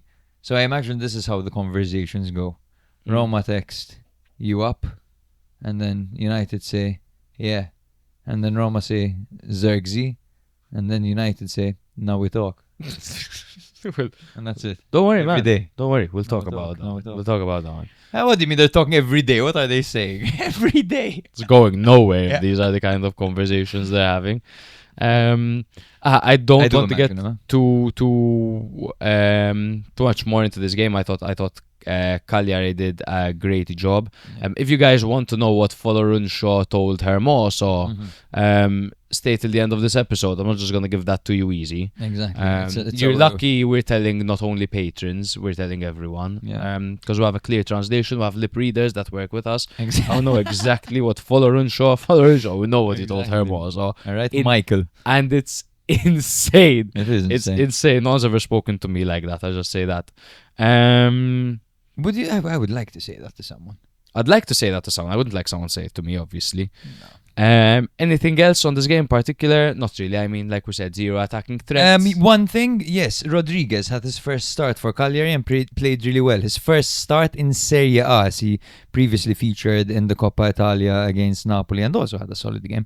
But nice to see him doing well. They needed him with me out, and he's playing very well. Go They brought Rodriguez. They brought him in from Penarol, which I'm sure is what you can Penarol. take if you have a headache. Or an erectile dysfunction. Yeah, Penarol. If for Penarol. hemorrhoids you take Anusol, you take Penarol for an erectile dysfunction. That's for sure. And everyone listening right now, I want you to wonder to yourselves, how does Matthew know what you should take if you have hemorrhoids.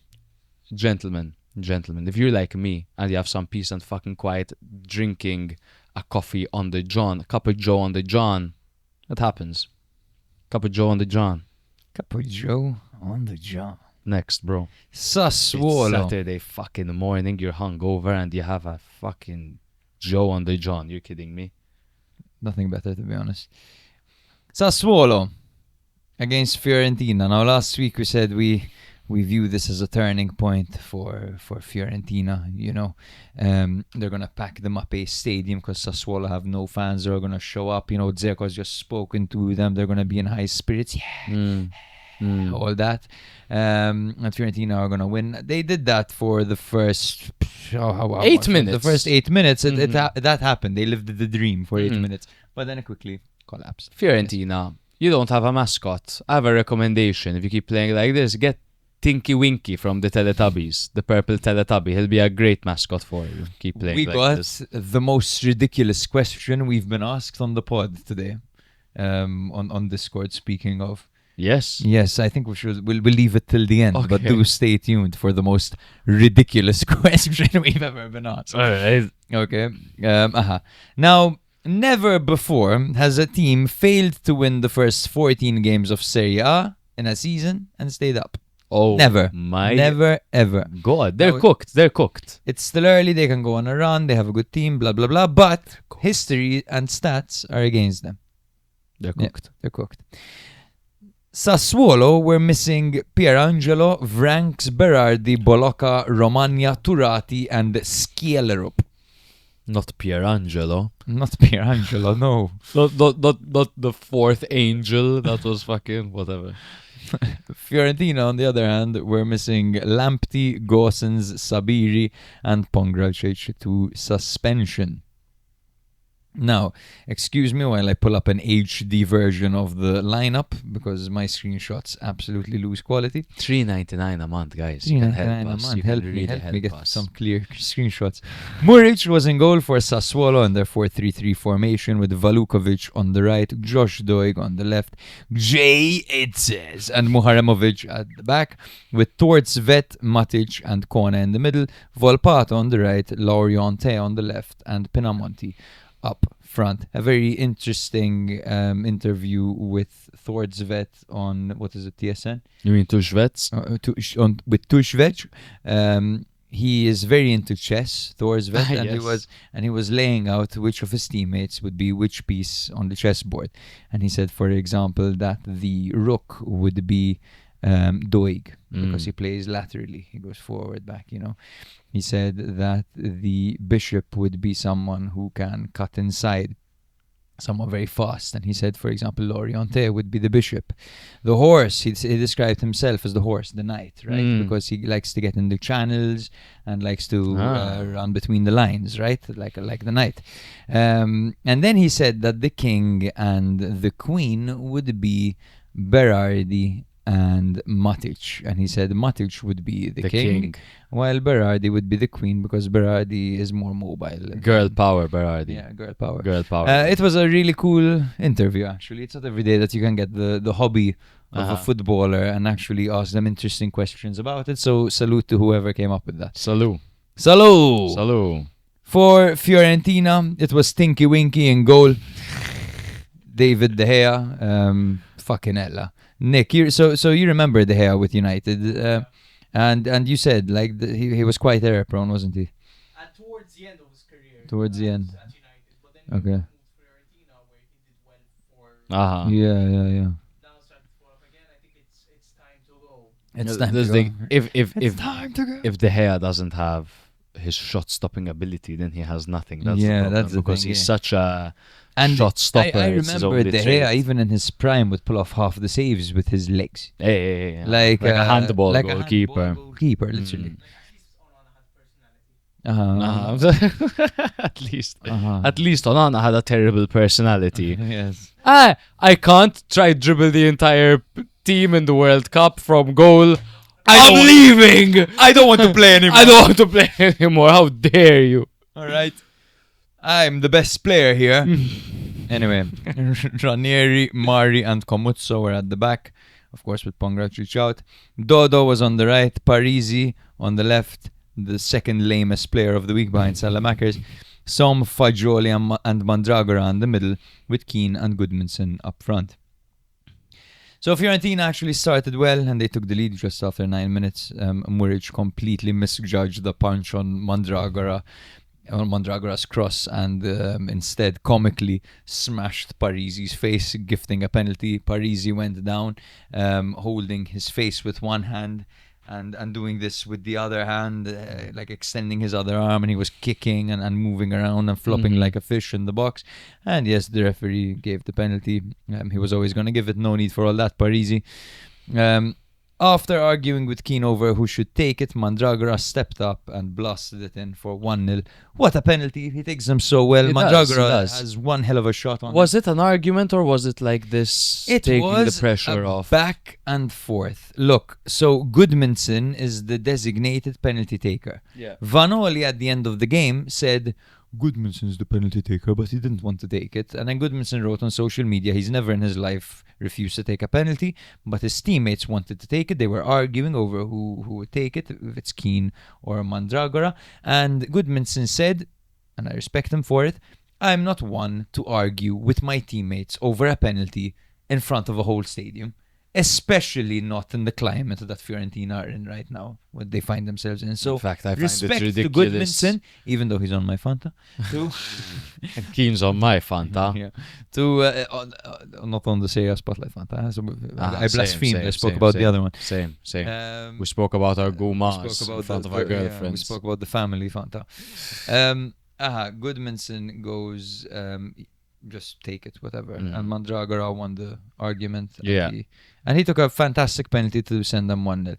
The lead lasted only 5 minutes as Volpato, bloody hell Volpato, he's been learning from Mimmo. He has been learning from Mimmo. This game was amazing, chaotic. It bro. was amazing. He was so good. He was great in this game. He was so good. I forgot how good this guy can be, man. He cut inside from the right onto his left foot. His shot took a slight deflection to Ranieri's legs. It wrong-footed De Gea, and it ended up going in for 1-1. I'm not even sure if it took a deflection, actually. I wrote that in my notes because of De Gea's bizarre goalkeeping.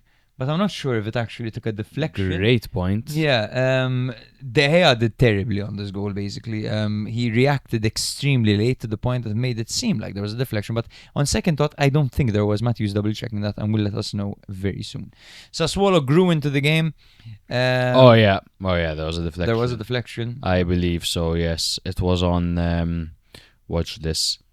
It was on Ranieri. Okay, yes. Well, if it took a slight deflection, it went through the legs of Ranieri, but it definitely discombobulated De Gea, who should still. He should still be doing way better. That's weak. Poor goalkeeping. Terrible. De Gea had a good save, to be honest, on Muharemovic. But then the defender scored anyway on the stroke of halftime, heading in a Loriente corner from close range to complete the turnaround. And this was also soft goalkeeping, as De Gea allowed the few Sassuolo defenders in front of him to stop him from leaving his little area and commanding the large area. What do you call the little area in actual terms? A 6-yard box. The 6-yard box, yes. De Gea needs to be more assertive in these situations. He needs to be more dominant. The box is his, and the referee will always favor the goalkeeper in those situations. If you're being blocked, force your way through. You can't let defenders rise up and tower in front of you and just head the ball in like that nonchalantly. You've got reach. You need to be commanding that area. You can't be that soft. But at the moment right now, of course, mentally Fiorentina are down, and the person who stands out the most when you are mentally down is the goalkeeper, because every mistake is so clear and obvious. But I agree with you. He did make very clear and obvious mistakes in this game, particularly on the first goal. I think every single goal that took place against Fiorentina, you look at the goalkeeper, if it was anyone, and you say goalkeeper could have done better there. Yeah. Goalkeeper doesn't concede like that at his near post. The goalkeeper. Speaking of, that's the next one. Go for it. Yeah. So the second half, Volpato lashed into the roof of the net after, what was it? So it was a one-on-one situation against Parisi on the right side, and no, not the roof of the net. He shot. Sorry, No, it was low, no. low in of the post, bro. So yes. Near post. It was what's his name? I fucking didn't write it down. Kone, yes. So Kone was played through and he scored on De Gea's near post, exactly. Because there was another moment where Volpato scored, Yes, but it was VAR offside. cancelled it because not offside. There was a foul on Parisi Yes, because yes, he has yes. him in an, Exactly, in an armbar, exactly. in like a headlock. Because Parisi is the equivalent of if Brahim Diaz was a left back, bro. He's so small and weak for that role, but he won the foul there. Exactly. Walid Kadira had the post as well. But what an absolute collapse from Fiorentina. But if he is a defender that is taller than 5'8" or however tall he is, bro, he wouldn't have won the foul over there. That's a good point. Yes. I think if he was Yeremina no. and he went down like that, it's not a foul, you know? Yeah, it's almost like one of those. It's more just an interesting thing to say rather than Yeah. I think something was wrong with it. So that was that. And what I notice from Fiorentina is that their midfield line is so flat and so reactive with Mandragora, Fagioli and Som. They play in a straight line in possession, and when the ball is lost, no one actually steps out to put pressure on towards Vet or Volpato between the lines. Everyone is scared, and honestly, no one wants to stand out in possession. No one wants to do anything risky. They're all afraid. The fans showed up, and to be honest, they made the environment quite comfortable compared to it. But psychologically, man, a lot needs to be done right now. And Vanoli spoke about this at the end of the game. And as I said in the intro, he said, look, you're constantly coming up to me asking me questions about if I should be playing a back four or if I should be playing a back three. But if you look at the incidents where we concede goals, it has nothing to do with structure. It has nothing to do with shape. It's just individual errors and individual moments from set pieces, for example, to which I agree something needs to change. Absolutely. And I fail to remember any time there was like a 50-50 or a loose ball and Fiorentina got to it first. Because there isn't like that drive from the players. And it's hard to think that there would be a team that's struggling so much and the players don't have any drive to make it better. And the manager, Vanoli, should there not be like this motivational bounce? They didn't get Vanoli for his tactics or Serie A experience, considering he has one season in Serie A as experience. They got him because they're hoping that him having played for the club, etc., he knows what it's like and the players can get behind him and they can get this reactionary bounce. But it seems like not only is there not a bounce, but in this game, this was probably the worst performance I've seen from them. The way they played better under Pioli, Sassuolo destroy them in that manner. They've taken a few steps back and they're dead last on 6 points, 14 games in. This is how devastating it is, bro. Next up, they play Hellas Verona, who are in 19th place, 3 points ahead of them. So Fiorentina, good luck, because this is a real 6-pointer for you. If you win, you're going to jump Hellas Verona for 19th to be level on points with them and ahead by direct encounter. Congratulations. Yeah. That's where they're at right now. Look at this. This sums it up perfectly for Fiorentina. Passes in the final third, 66% completed. Long balls, 28%. Crosses, 17%. Absolutely terrible. Not to mention that they lost the majority of their duels as well. It's just not looking good whatsoever. But now, to be honest, now is where we will tell whether or not Fiorentina will probably go down or not, because their fixtures actually ease up a little bit. The next game against Hellas Verona is going to be a dogfight, and these are all going to be dogfights now because Fiorentina are a direct rival, a direct opponent for the relegation sides right now. So they will be approaching at these relegation teams like a do not lose game. Yeah. So we're talking the likes of low blocks, frustrate the opponent. Like it's going to be, they're going to play for the 0-0. They're going to play for the 1-1. That type of shit, man. Yeah. So they have next up Hellas Verona, and then they have to play against Luzon in the Conference League. Udinese, Parma, Cremonese, and then it gets a bit tough again with Lazio, Milan, Bologna, etc., etc. But they have 4 games right now where technically they are winnable, and they're the favorites on paper. Technically, because these are some of the games that would be maybe more complicated because they need a team that is confident, that can leave some space exploited at the back, that they can attack down. Sometimes playing these low block teams is even harder when you're a team that's out of form. We know this from purely with Milan, for example, where any low block and it's a 0-0 or a 1-1. I just pulled up out of curiosity, man, because I think I'm going crazy. I'm like, if Fiorentina with Palladino finished 6th last season, what changed in their starting 11?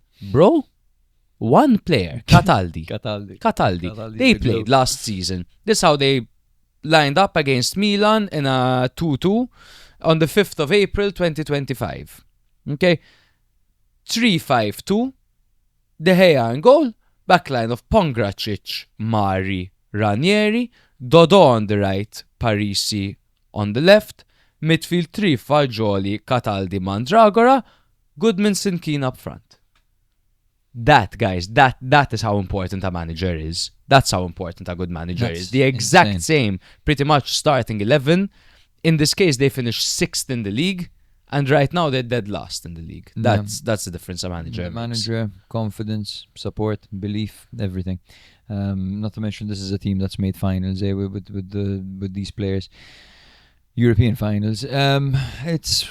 It's a disaster, man, to be honest for you. It's so fucked. They're so fucked, man. Like I would have never guessed that this would happen to Fiorentina. This is a massive team. This is a team that in our predictions coming into the season, I don't know about you, but we had them high up, with Pioli, the only other manager to ever win Serie A apart from the top ones. This is catastrophic, man. I can't believe it. And this is the beauty of football.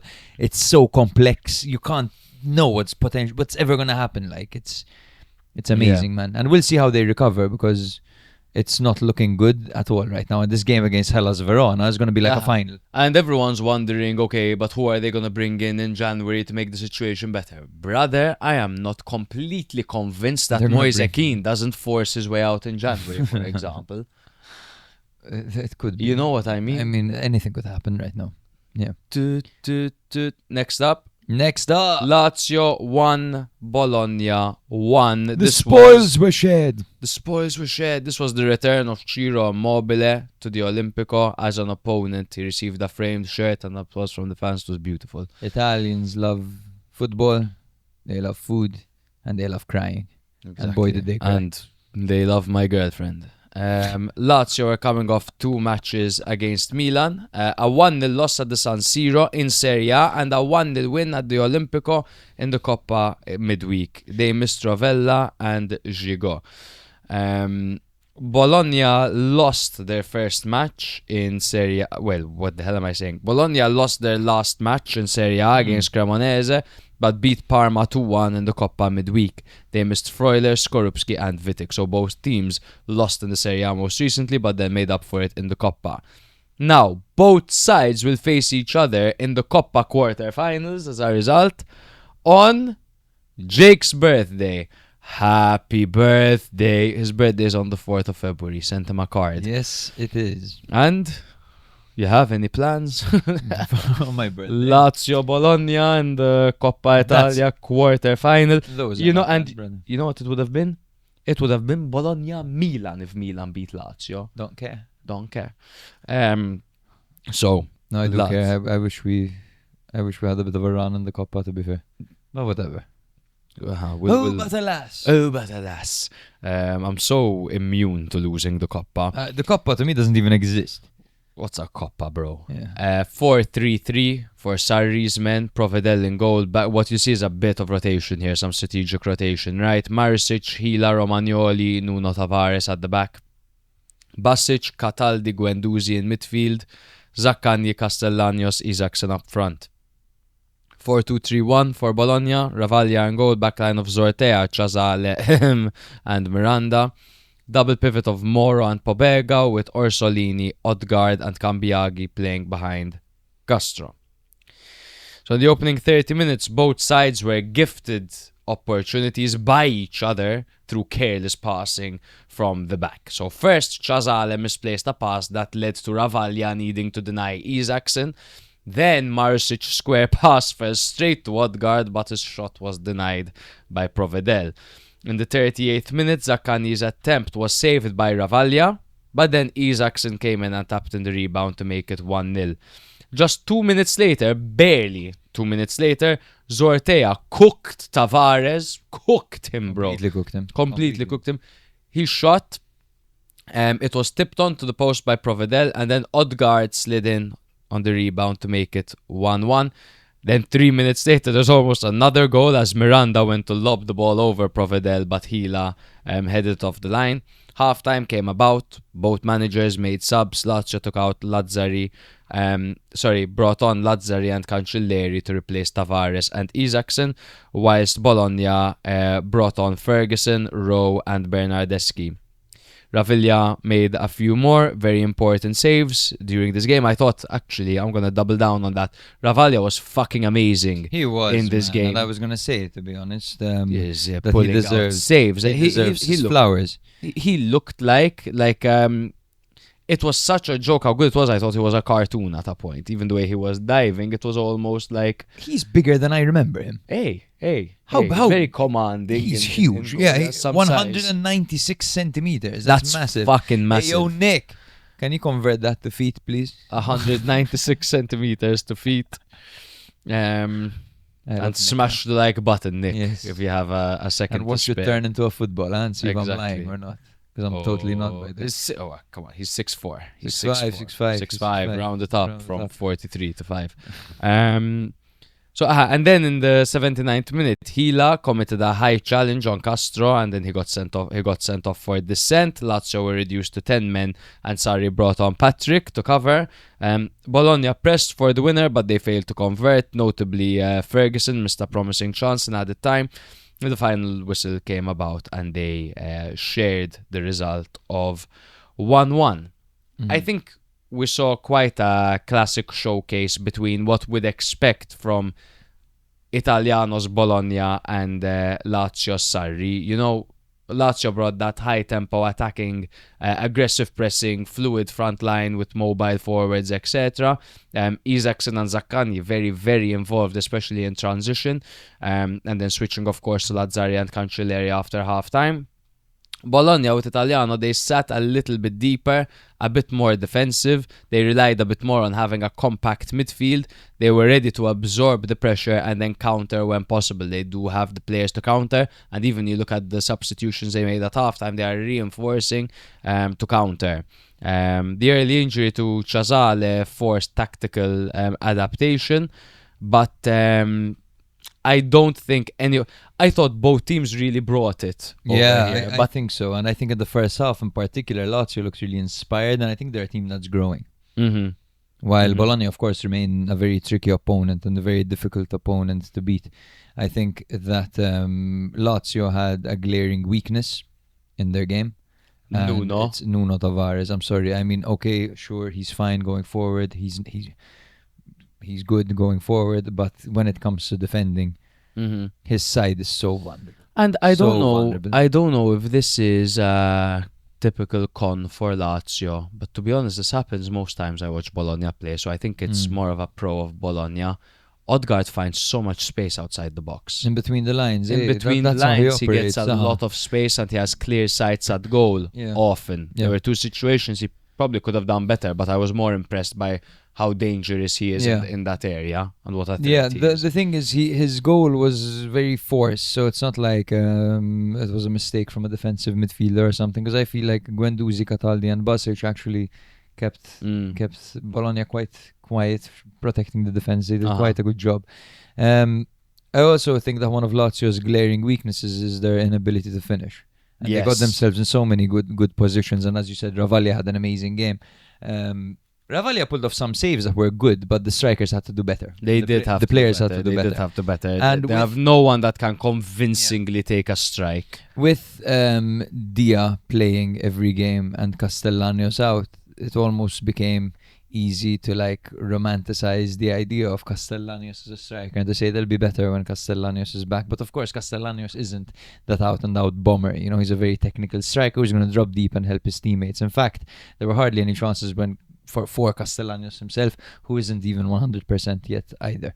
But I don't see how Insigne is going to fix this once again. No, unless they're playing him false 9 as a striker. Who might fix this is Tijani Noslin, who came on instead Yes, he looked of good. Boulaye Dia. And whenever he comes on, he looks alright to me. And I think as a striker, maybe he might be a little bit more gritty and a little bit more lethal than Castellanos. And I'll have to see him more there, to be fair. Quality-wise, I'm sure... he's a natural finisher, matches Noslin. up. You remember him with Yes, Hellas. You yes, remember yes, that yes. game against Napoli. He finishes really, really naturally. God bless you. Bless you, And God Nick. bless the Bless you, United Nick. States of America. Yes. And, Yeah. and God bless United. as well, guys. Look at Nick, that guy needs a Nick haircut, is gonna... He needs a haircut. He does need a haircut. Need to win That's 5 the in a row. I can't even look at him at this point. Not that guy. What's his United strand? United It's bad. strand, It's United bad. He needs a strand. bloody haircut. that guy. Yes, I mean, God bless him. He's never going to have Bless one him. again in his life.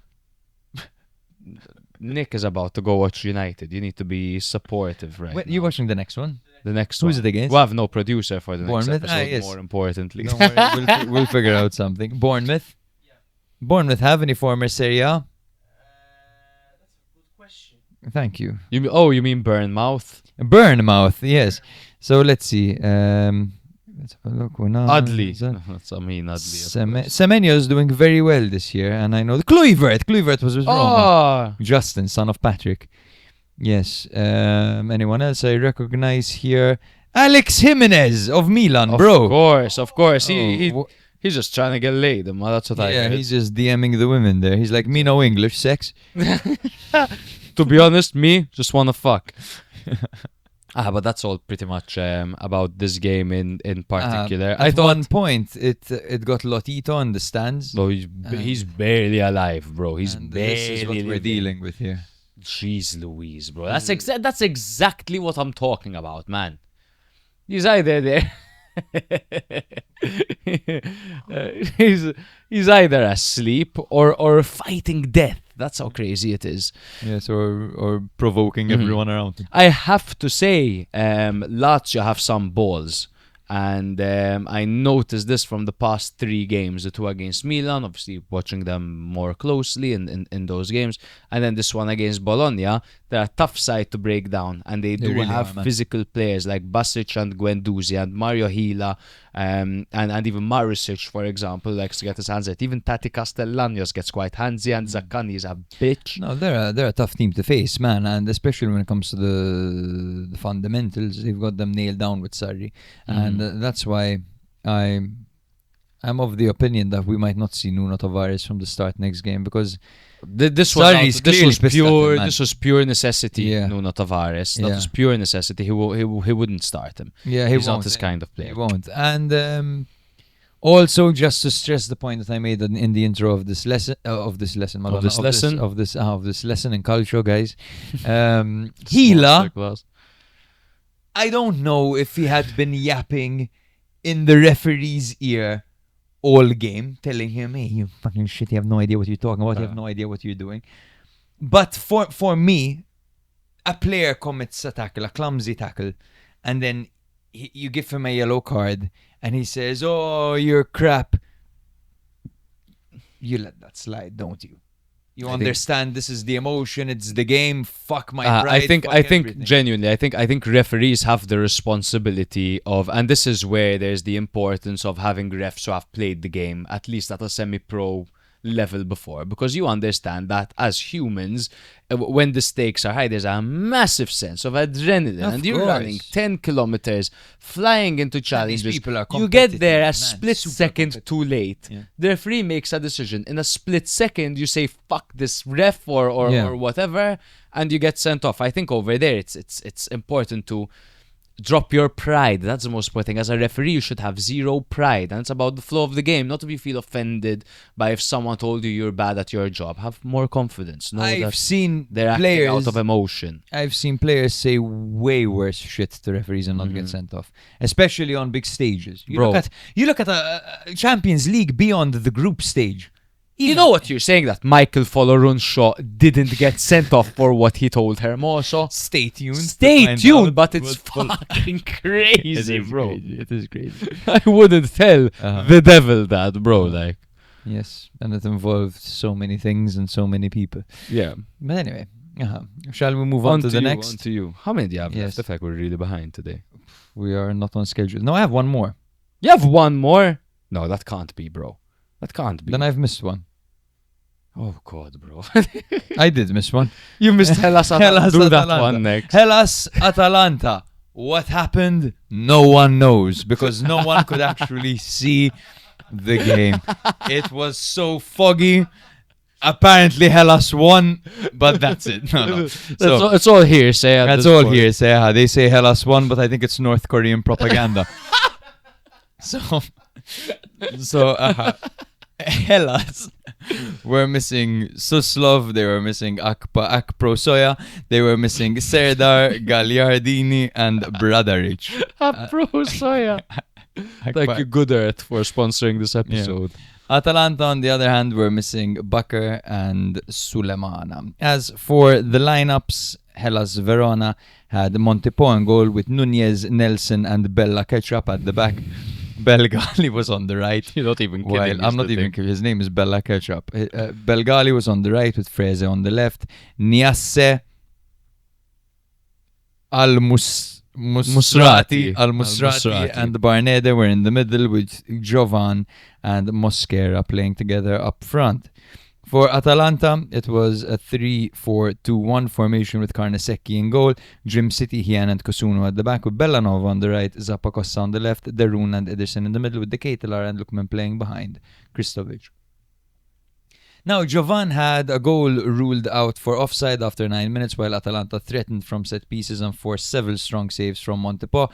Hellas actually did strike first in the 28th minute when Mosquera beat the offside trap. This was very intelligent, a very intelligent way to beat the offside trap, because his teammate, I believe it was Belgali, I'm not sure, was actually in an offside position, but he let it run and to his teammate while the defenders had their arms up in protest, calling the offside. Very clever. And Mosquera got to the ball and backheeled it to Belgali, who feinted and smashed home from 6 yards. Jovan made it 2-0 with a thunderous left foot half volley just before halftime, deflecting in off Hien.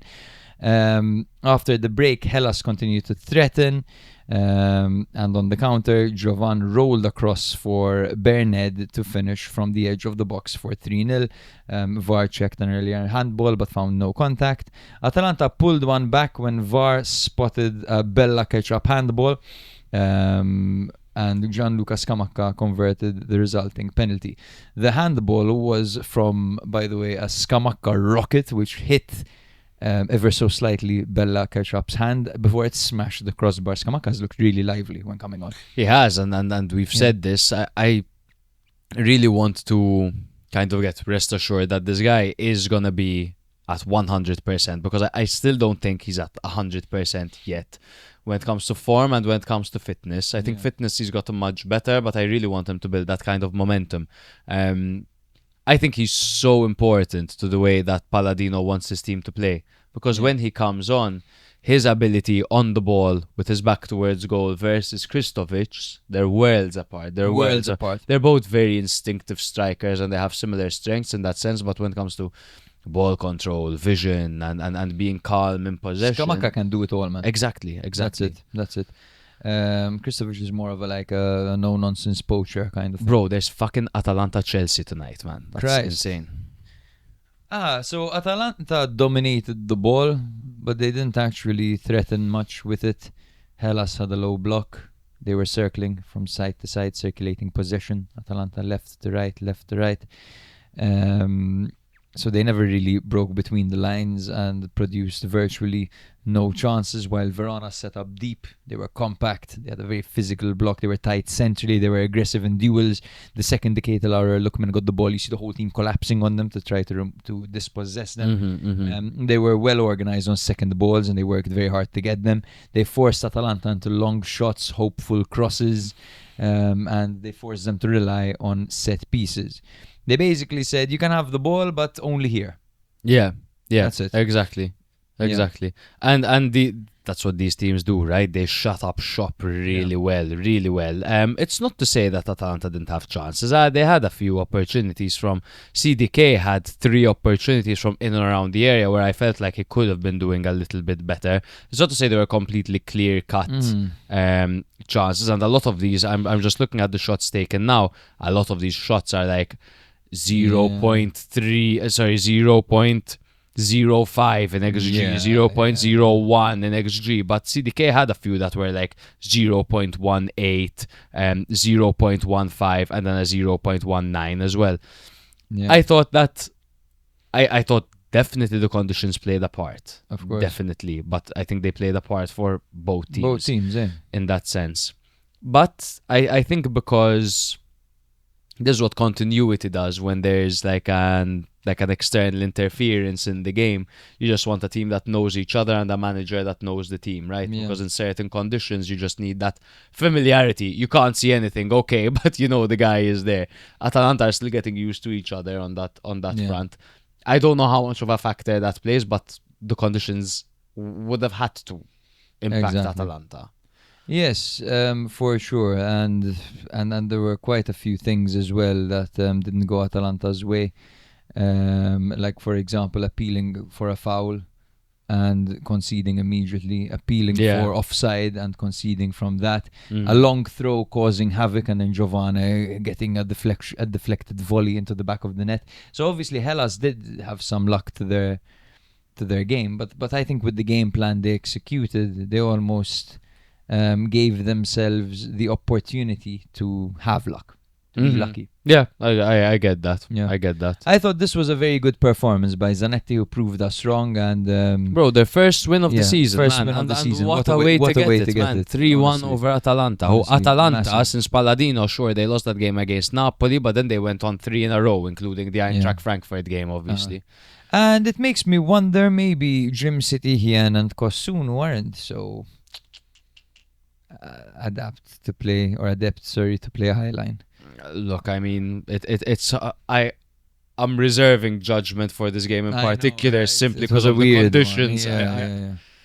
In fact, I'm not gonna make any definitive statements. Not only because of them, because I couldn't watch it properly, man. I swear to God, by the time Scamacca scored, I couldn't tell if he scored. There were or some not, moments bro. where I actually couldn't see shit. Yes. Yeah. Facts. Serie A. Say, Sort your shit out, all this fog, man. fog, man. What the hell? Get rid of it, man. Get rid of the fog. Yes. So, Atalanta fans, we would like to hear from you. Let us know what you think. Michael, man, let us know. Mike, I'd like to hear from you, Mike. tell us, brother. Cremonese 2, Lecce 0. Cremonese are actually above Atalanta, now in ninth place. Cremonese make it 2 wins in a row as they came off an impressive 3-1 away win at Bologna. Here, they miss Colo Colo and Faye. Colo, Faye. Yeah, I fucked it. Lecce came off a 2-1 rare win against Torino. They missed Gabi Jean, Pierrette, and Marchvinsky. 3-5-2 formation for Nicola's men, not Dale's men, don't get confused. Audero on goal, backline of Bianchetti, Baschirotto, and Terracciano. Mussolini was on the left. Typically he's on the right. Alright. Barbieri was on the right. Van de Putte, Bondo, and Pajero were in the midfield. With Pajero. Jamie Vardy, Pajero really, because he's like a Spanish or something. He's like from Spain. He's from Spain. Jamie Vardy or Jamie Varge lining up alongside Bonazzoli. Pajero's from Argentina. From Argentina. Crazy. He must be really chill. 4-2-3-1 formation for Lecce. Falcone and goal, backline of Vega, Gaspar, Gabriel and Gallo. Gabriel Martinelli. Double pivot of Ramadani and Koulibaly. Pierotti, Berisha and Banda playing behind Stulic. Look how fucked they are during AFCON, Lecce. They are Go back. completely fucked. Gaspar, Koulibaly, Banda. Out. Terrible. Awful. Lamin Banda. Lamin Banda. Lamin. As well. Lamin the dream. So Lecce actually started off quite aggressive and forward. Stulic missed a golden chance from Berisha's low cross. The shot went over the bar from 5 yards out. Camarda wouldn't have missed that. Lecce dominated early possession. They recovered balls and they pressed really high up the pitch. Cremonese, slow to find their rhythm. Not say that they were like super calm and collected. They were slow to find their rhythm. And their midfield was quite unable to string a few passes together. However, in the second half, Cremonese really were able to turn the game on its head. In the 48th minute, they made it 1-0. It was Van de Putte who tumbled under Ramadani's challenge. Initially, there was no call, but it was overturned by VAR. Penalty awarded to Cremonese. Bonard Zoli stepped up and converted into the bottom right. Keeper tracked it, but not enough that he can do. And he just fucking starts running like Medi Banati against Milan in the Coppa Italia final. The doppietta. Fucking hell. You remember that? That was crazy. Of course, we're on a cruise, bro. Remember. And there was this momentum shift. Lecce struggled to regain control after the goal. Berisha and his teammates lost composure, miscontrolled passes. They failed to win second balls. And then the 78th minute, Vardy recovered the ball. He laid it off to Zerbin. And the cross was met by Sanabria at the near post for Cremonese to make it 2-0. And that was, I believe, Sanabria, if I remember the stat correctly. Yes, it's written down here. His first goal in 14 months, man. 14 months. Crazy, yeah? Crazy. He used to score quite regularly. You know what happened? We gave him unsung hero for Torino 2 seasons ago, and I think he scored like once. Yeah. Since then, we ruined his career. I think just like that one rumor ruined Cambiaso's career. There was a rumor that ruined Cambiaso's career. Someone was like, "Hey, Pep likes you." Pep likes you. Man, you should. He wasn't. He's never been the same. He hasn't been the same. No, that's true. That's true. But Cremonese are 9th, brother. They're ahead of. I know some of these teams are struggling, but for context, Cremonese are ahead of Atalanta, Lazio, and Fiorentina. Just for you to put that into. Davide, Nicola, and building a group, man, and they just brought in the right people, man. At the end of the day, in hindsight, like, they brought in Baschirotto, who was the leader. Great experience of a relegation underdog, of a relegation favorite every year. Baschirotto was the leader of that team, and you can see his return to Lecce over here, how the fans kind of saluted him and how they how the ovation they gave him. Of course, because he's a legend. He was a great servant to their club. Legend maybe not, but he was a great servant to their club. Actually, probably judging by the history of Lecce, he would be considered a potential legend, a cult hero. Yeah. Yes. They brought this is a historic moment the for Lecce. They've been consistently in Serie A for quite a few years now. It's true. Vardy, of course, was brought in, and you have this leader. And who was it, bro? We were watching his interview as well, because in between games, right before the Milan game, we saw the most random players talking to the mics. There was Thordsved, definitely, and I think, was it Pajero, who was speaking for at the point it was representing Ramadani, Cremonese. I think so. He said that Vardy, just like watching him and working with him, like you've got a legend, like you've got a hero of the game, like an all timer. You know, working with you, and you get to observe him, and you get to learn from him. It's great, and he leads the team. And that's what it is. This team has many leaders. You've got Baschirotto, Vardy, and Davide Nicola. In themselves, they are super.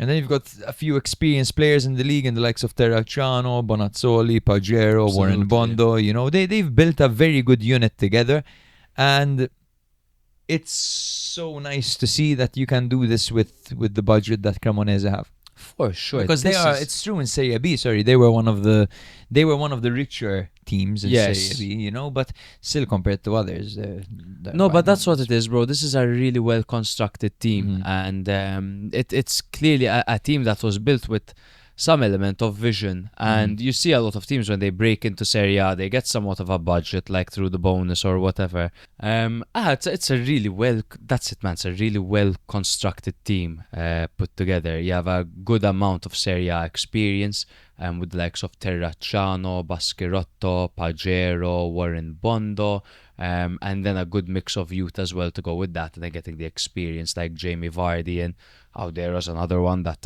has Serie A experience. And this makes a lot of difference in the locker room. It makes a huge difference in how they play their football. But the biggest thing really, and then, is you need a manager that can put it all together. And not only is this guy a great motivator, but we're seeing a Davide Nicola that I don't think we've unlocked in the past. A sustainable Davide Nicola. A full season. A full Davide. season Davide Nicola. Who Cagliari. is exactly. That's it. At Cagliari we saw him do it. But at Cremonese, I feel like he's really exceeding any kind of expectations. And in a game like this, where you start on the back foot and you find your way back into the game and get full 3 points and keep a clean sheet, really, really impressive. I think Cremonese, if they manage to keep this up, they can surprise a lot of people, man. A lot. Yeah, I think so, and I think they already are, and they will continue to do so, because they just play a very smart game, and they have the perfect balance between pragmatism and bravery. They have the perfect balance between experience and flair. They have a really good team, just a very well built team. Yes. Yeah. I think Lecce as well, they were previously on good form. I think it's never good losing to a rival like this in a 6-pointer, but keep your eyes on Lecce, because they've been playing some pretty good football as well. Yeah. Lecce, as we said, of course, they don't show as much ambition as some of the other teams in the way they are run. They try to move smart. They try to remain in the green. They don't reinvest. Of course, we said this all last episode anyway. So it almost comes to a point where maybe relegation isn't the worst thing in the world for them to get those parachute payments and come back up. So No, maybe, but they're in 14th, huh? they are. They're They're doing not fine. so And bad, Di Francesco has really upped his Yeah. game. I think that's 3 or 4 wins for them so far this season. They're actually in 17th place. Sorry about that. In 17, they are. In 17th, yeah. And they are 3 points off the drop. Yeah. All right. So moving on to Pisa, Parma, Pisa, Parma, Pisa, Parma, Pisa, Parma. Parma, What Pisa. should I say? Was it Parma, Pisa? No, it was Pisa, okay. Parma. Pisa Cane. Pisa, Parma, or should I say Inzola, Parma? Or should I say Pisa, Inzola, actually? Because honestly, Brav was playing against them, as Benzema once said about Vinicius. Junior. About Vinicius. Yeah, he was like, hey, don't pass them, he's playing against us. He's playing against us, pass it on.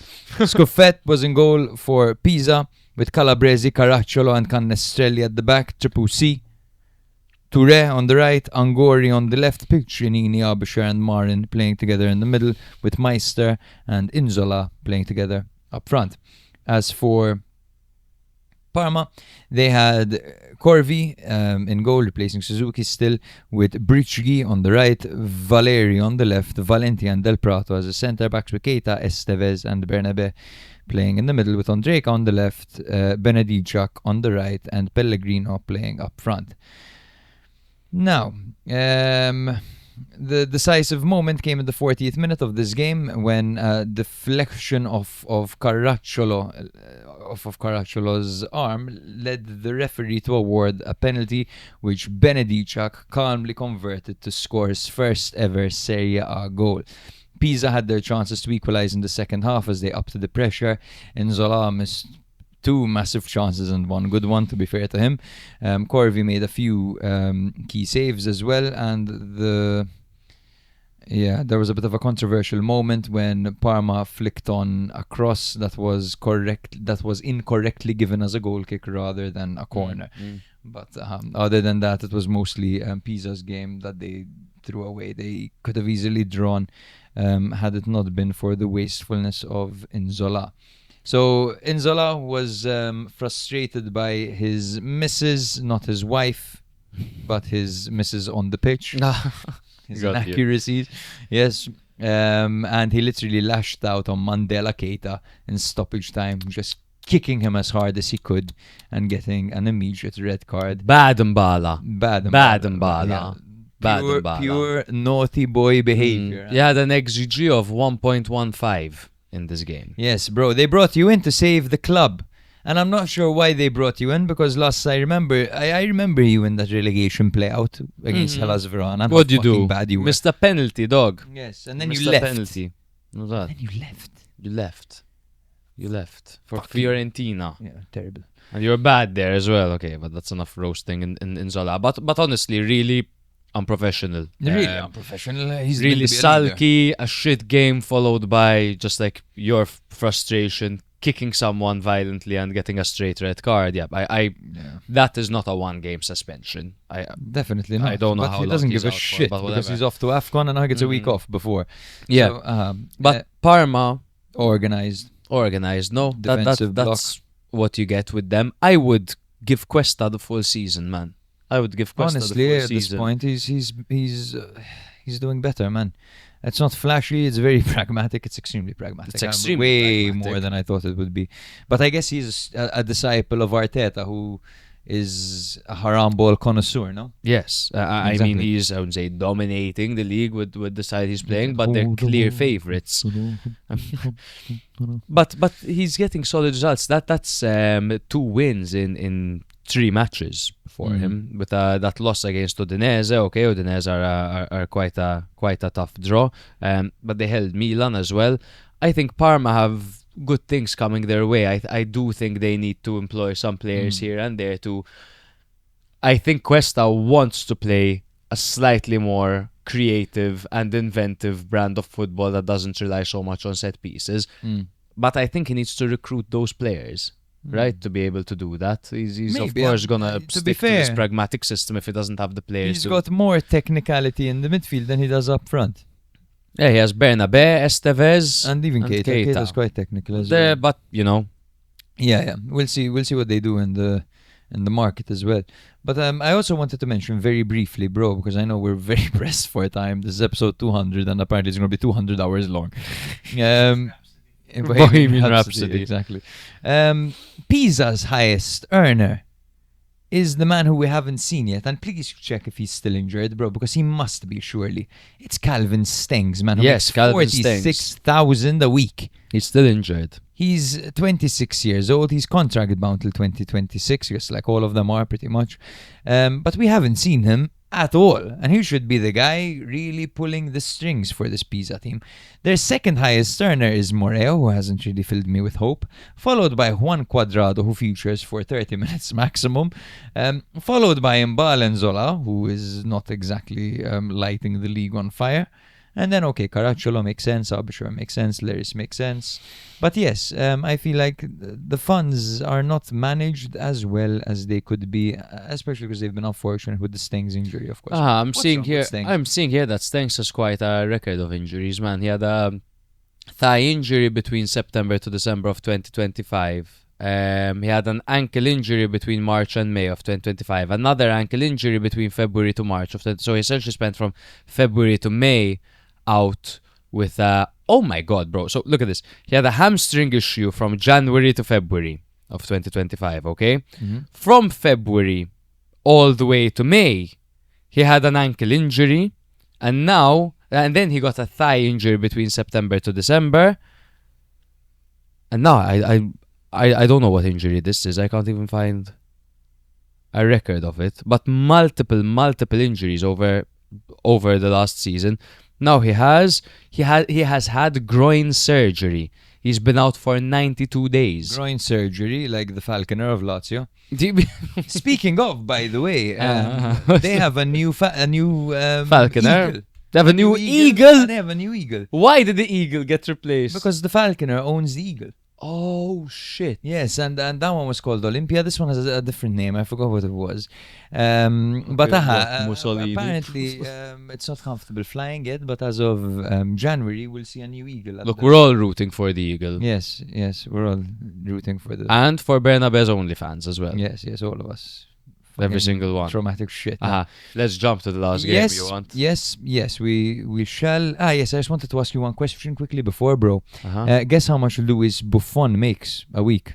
he probably makes a bit more, than how much his teammates make. How much does he make? A season? A mil a season? No, a bit less. He makes 624,000 a year. But come to think of it, he's just starting his career. That's a 624. What am I saying? But 600k a year is ridiculous. It's insane, like, and the thing I is, know people some will be people like, if he spends his entire career like this, people will be like, he never made it. That is chilling, bro. He's chilling, man. Chilling. He's chilling. You know what? Sometimes you don't have to be the best, but No. we love the best as consumers. Udinese 1, Genoa 2 is the last game that we're going to be covering, right? Yeah. Yes. Udinese were coming off a 2-0 away victory against Parma and a midweek 2-0 Coppa loss to Juve. They had Kamala and Atta injured. Kamala has never really recovered from losing to Donald Trump.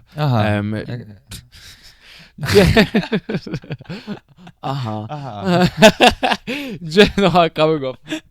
Felt like someone just touched me now. My shoulder just like spasmed. I felt like someone's touching me from behind.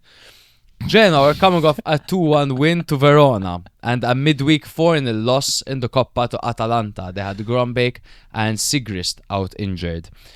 Udinese played a 3-5-2 formation with Maduka Okoye in goal, Solé, Cabasele and Bertola at the back, Zamora on the left, Zanoli on the right, midfield three of Eklinkamp, Karlstrom and Piotrowski with Davis and Zaniola up front together. Like for like, 3-5-2 formation also for De Rossi's men, Leali in goal, backline of Marcandalli, Ottawa and Vasquez, Norton Schluffy out on the right, Martin out on the left, a midfield trio of Malinovsky, Mazzini and Thorsby with Colombo and Vitinha up front together. So in the 10th minute, Udinese thought they scored. It was a Piotrowski overhead kick that was blocked. Davis finished the rebound, but he was offside. In the 14th minute, Zamora pulled up with an injury. Modesto replaced him. And then the 38th minute, disaster for Udinese. Eklinkamp played a reckless floating pass. Solé was caught napping. Colombo anticipated it, burst in, and he went face to face with Maduka Okoye. Okoye destroyed him. Penalty given. Malinovsky steps up, converts. 1-0 Genoa. 65th minute, Udinese equalized. Solé opened wide to Modesto. Modesto fired a low ball across, and Piotrowski arrived perfectly and swept into the near top corner. That was his first Serie A goal. It came moments after he had quite a significant miss, which he was devastated about, so it was good to see. 83rd minute, Genoa make it 2-1. Another disaster by Udinese. Ezibwe badly mispositions himself in transition. Genoa break. Messias sends a man for a coffee, slips the play inside. Ekuban rolls it across, back to Messias, who either played the smartest dummy I've ever seen or completely mistimed his kick. That's it. I think so. Mistimed it. I think so, but he did so well to create the chance. Roulette 360. And then Norton Coffey ghosted in at the back post and got the winner. You mean 2-1. Norton Cafu? Norton Cafu. That's what they're calling him nowadays. All the cool kids know that Norton's the new Cafu. Yes. Edward Norton Cafu is what they're calling him. He's British, right? He is British. Yeah. He likes crumpets. So he'd have been like, yeah, when he scored that. Hey, splendid, fam. What a goal, yeah. Fucking That raw. was- I've never felt like such a foreigner than when we were at Old Trafford watching United Wolves. When was it? Like 15 years? 2008. Something like that. It was so long ago. 2009, because we got our dog Bully straight after. Your memory is mental. United scored. We're on the United side, so of course we're going to celebrate. We get up and we go, goal! Everyone around us, yeah. Now, I need the bass. I need that goal.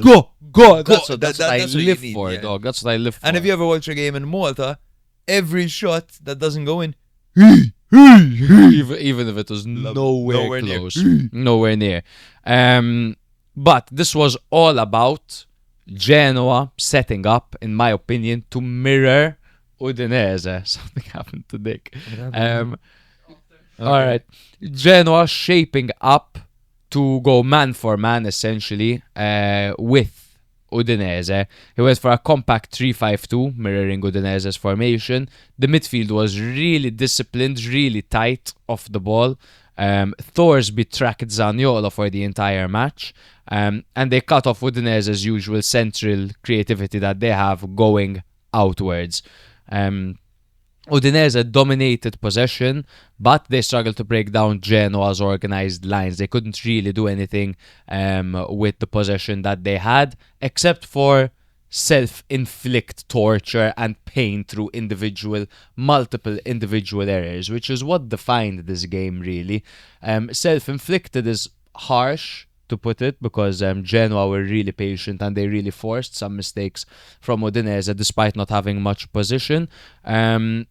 But that's really what made the game, man. Genoa's Genoa were patience, very good at tactical weathering discipline. the storm, as you exactly, said, and then man, those correct. efficient counterattacks. And Yeah. those counterattacks came from kind of pressing when they were supposed to press. If they're smelling an error, then they capitalize on it. They're not a team that affords to fucking gegenpress Yeah. or to pile all men forward. They have to be selective with it, Yeah, man. yeah.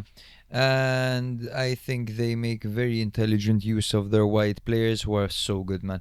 Martin and Norton Coffey play very well. Absolutely, together. man. And Absolutely. Ostergaard was out, right? He was Yeah, out. He was out. Yes, I think he picked up a Weird knock. not seeing him hitting the post or scoring, right? This game. Hey, and that's what I mean. They did have a not decimated, you know what I Yeah, mean. yeah, But they had a fair few players. Also, out. Colombo's still confident, huh? Colombo Nice to looked see. good. He won the penalty. He was Yeah. lively as well, always looking to make that run. Vitinha drops in really deep, and he likes to play those low, long balls, man. And Vitinha has something to him, man. He does. If Colombo keeps making these runs and Vitinha keeps dropping that deep, creating space and playing those balls into space, that could be a dangerous little duo that they create together. Abso-friggin-lutely, brother. Absolutely. Off to our segment. Wait, we have to do the quickfire Predictions. quickfire Oh my predictions, which is God. our first segment. Oh my god. So, let's begin. Christ. All right, you ready, bro? Madonna, it's like you're fucking. No, man, I don't like Getting out this. of a I like hospital to bed. think and contemplate. I don't like Bro, rapid start. fire. Lecce, Pisa. Pisa, win. Draw. I'm crazy, yeah. Torino, Cremonese. I'll start. I'll go.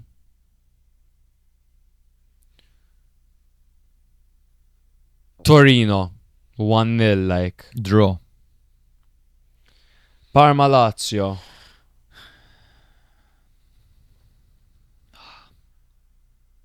Lazio, fuck it. Draw. Yeah? Oof. Yeah. Atalanta, Cagliari. I'm gonna go Atalanta. I'm just gonna do the Yeah, simple thing and go I'm Atalanta. gonna do that to Atalanta. Milan, Sassuolo in San Siro At 12:30. at 12:30 on a Sunday. Milan! I'll go Milan as well. Fiorentina, Verona.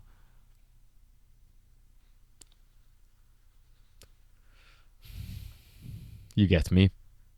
You get me. Draw. Verona. Udinese, Napoli. Ooh, the Duvan Zapata derby. No, it's not. Yeah, it is. No. He played for both of them. Duvan was at Napoli. Of course, Mela. Oh, wow. Hell yeah. Napoli win. Napoli win. Yeah. Genoa, Inter. Inter win. Inter win. Ooh, Bologna, Juve, bro. Bologna win. Draw. Mm-mm. I said I wouldn't call another. I said I wouldn't call another draw, but the Bologna Juve is a draw. Yeah, okay. Roma, Como. Friggin' hell. Roma, Como. That's a really tough one. That's a really, really tough one And because it's a draw, because it's a draw, both it's a draw. sides are coming off defeats. Yeah. Roma 2 in a row. Como just got dismantled. I go Como, man. I go- No. Como. I'll go Como. Draw. Because Fabregas will play really attacking. Okay. Let us You know should your join us on this, predictions Nick. below.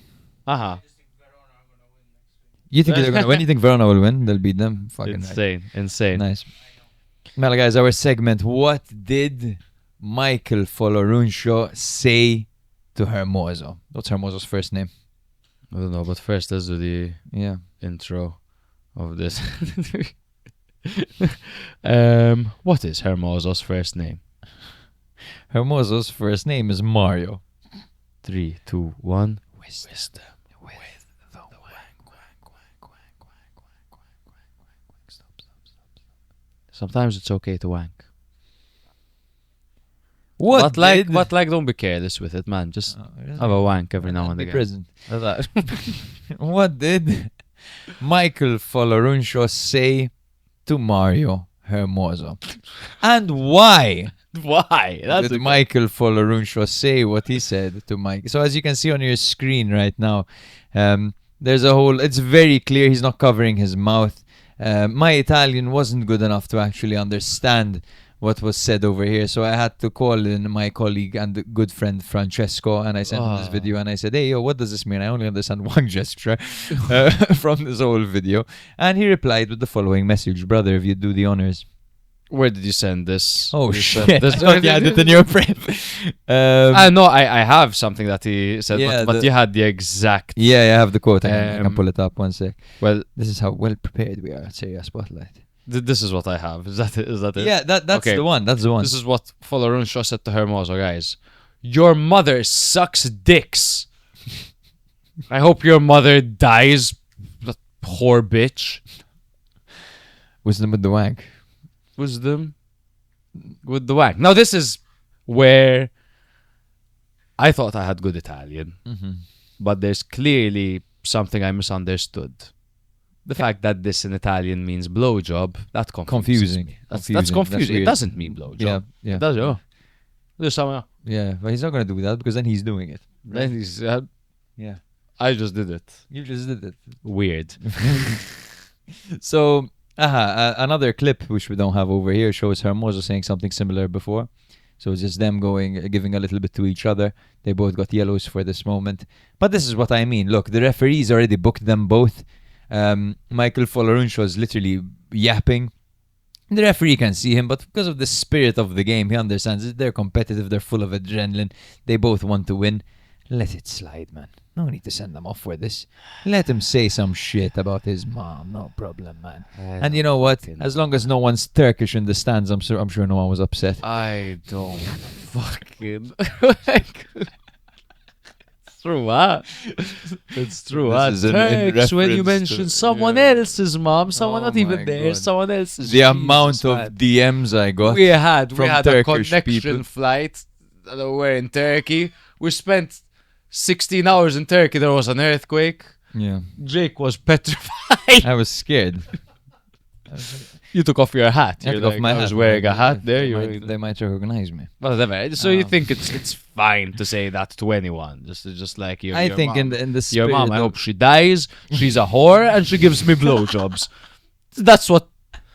If someone tells me that, bro. This shit is said non-stop in football. Non-stop. Ah. Non-stop. It Ma- was just very clear and caught. Michael Foloruncio needs to relax, honestly. Michael that was Foloruncio a needs to be lot. called up to the Italian national team. That's what they need right now. A bit of that. Exactly. Yeah. Not a cold compilation because Barella said he's gonna smash an Israeli player's face in. Yeah. That was a brilliant bit of... I was gonna call it banter, but that's definitely not banter. Definitely not banter. But anyway, shall we go on our next holiday to Indonesia, brother? Let's go to a holiday to Indonesia. By the way, there's been a change in the way we're doing this. We are only gonna do this when Sassuolo win matches. Or when Idzes has a stand-up performance. If it says like scores or something, Yeah. we have to do it. Okay, so... I just want to watch our captain, Jay Idzes. Hey man, me too. I just want to watch a Captain J. It says as well. That was a comment. But I know. I thought you were talking to Forza Sassuolo! Congrats, it says. El Capitano, Jay Idzes. Okay. Alright. Jay, it says, vamos, vamos, from Indonesia. Jay, it says, from Indonesia. Jay, it says, Great Wall from Indonesia. Jay, it says, Sassuolo, flame emoji, flame emoji, flame emoji. There are 2 replies. Mantab, 2 thumbs up, which is awesome.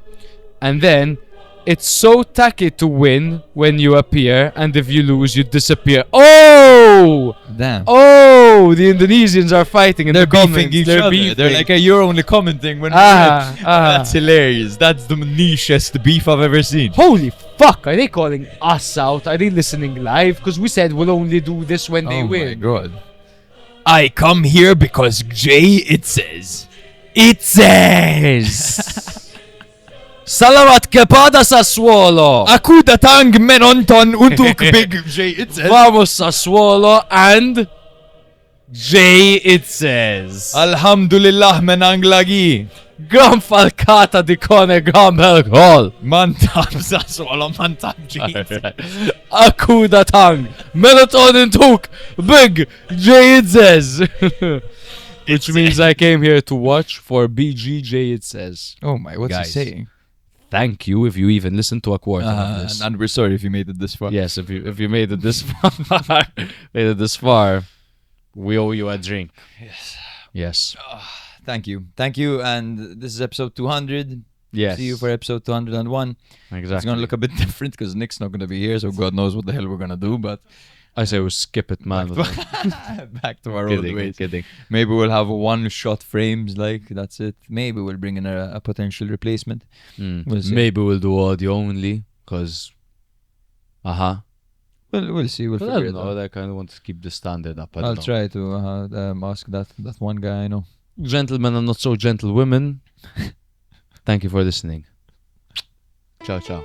Bye. If you like Serie A or have ever liked it in the past, it's a good opportunity for you to listen once a week and you'll get filled in. In the football weekend, that's like the main dish. But then a few days later, you drop your episode and that's like the dessert.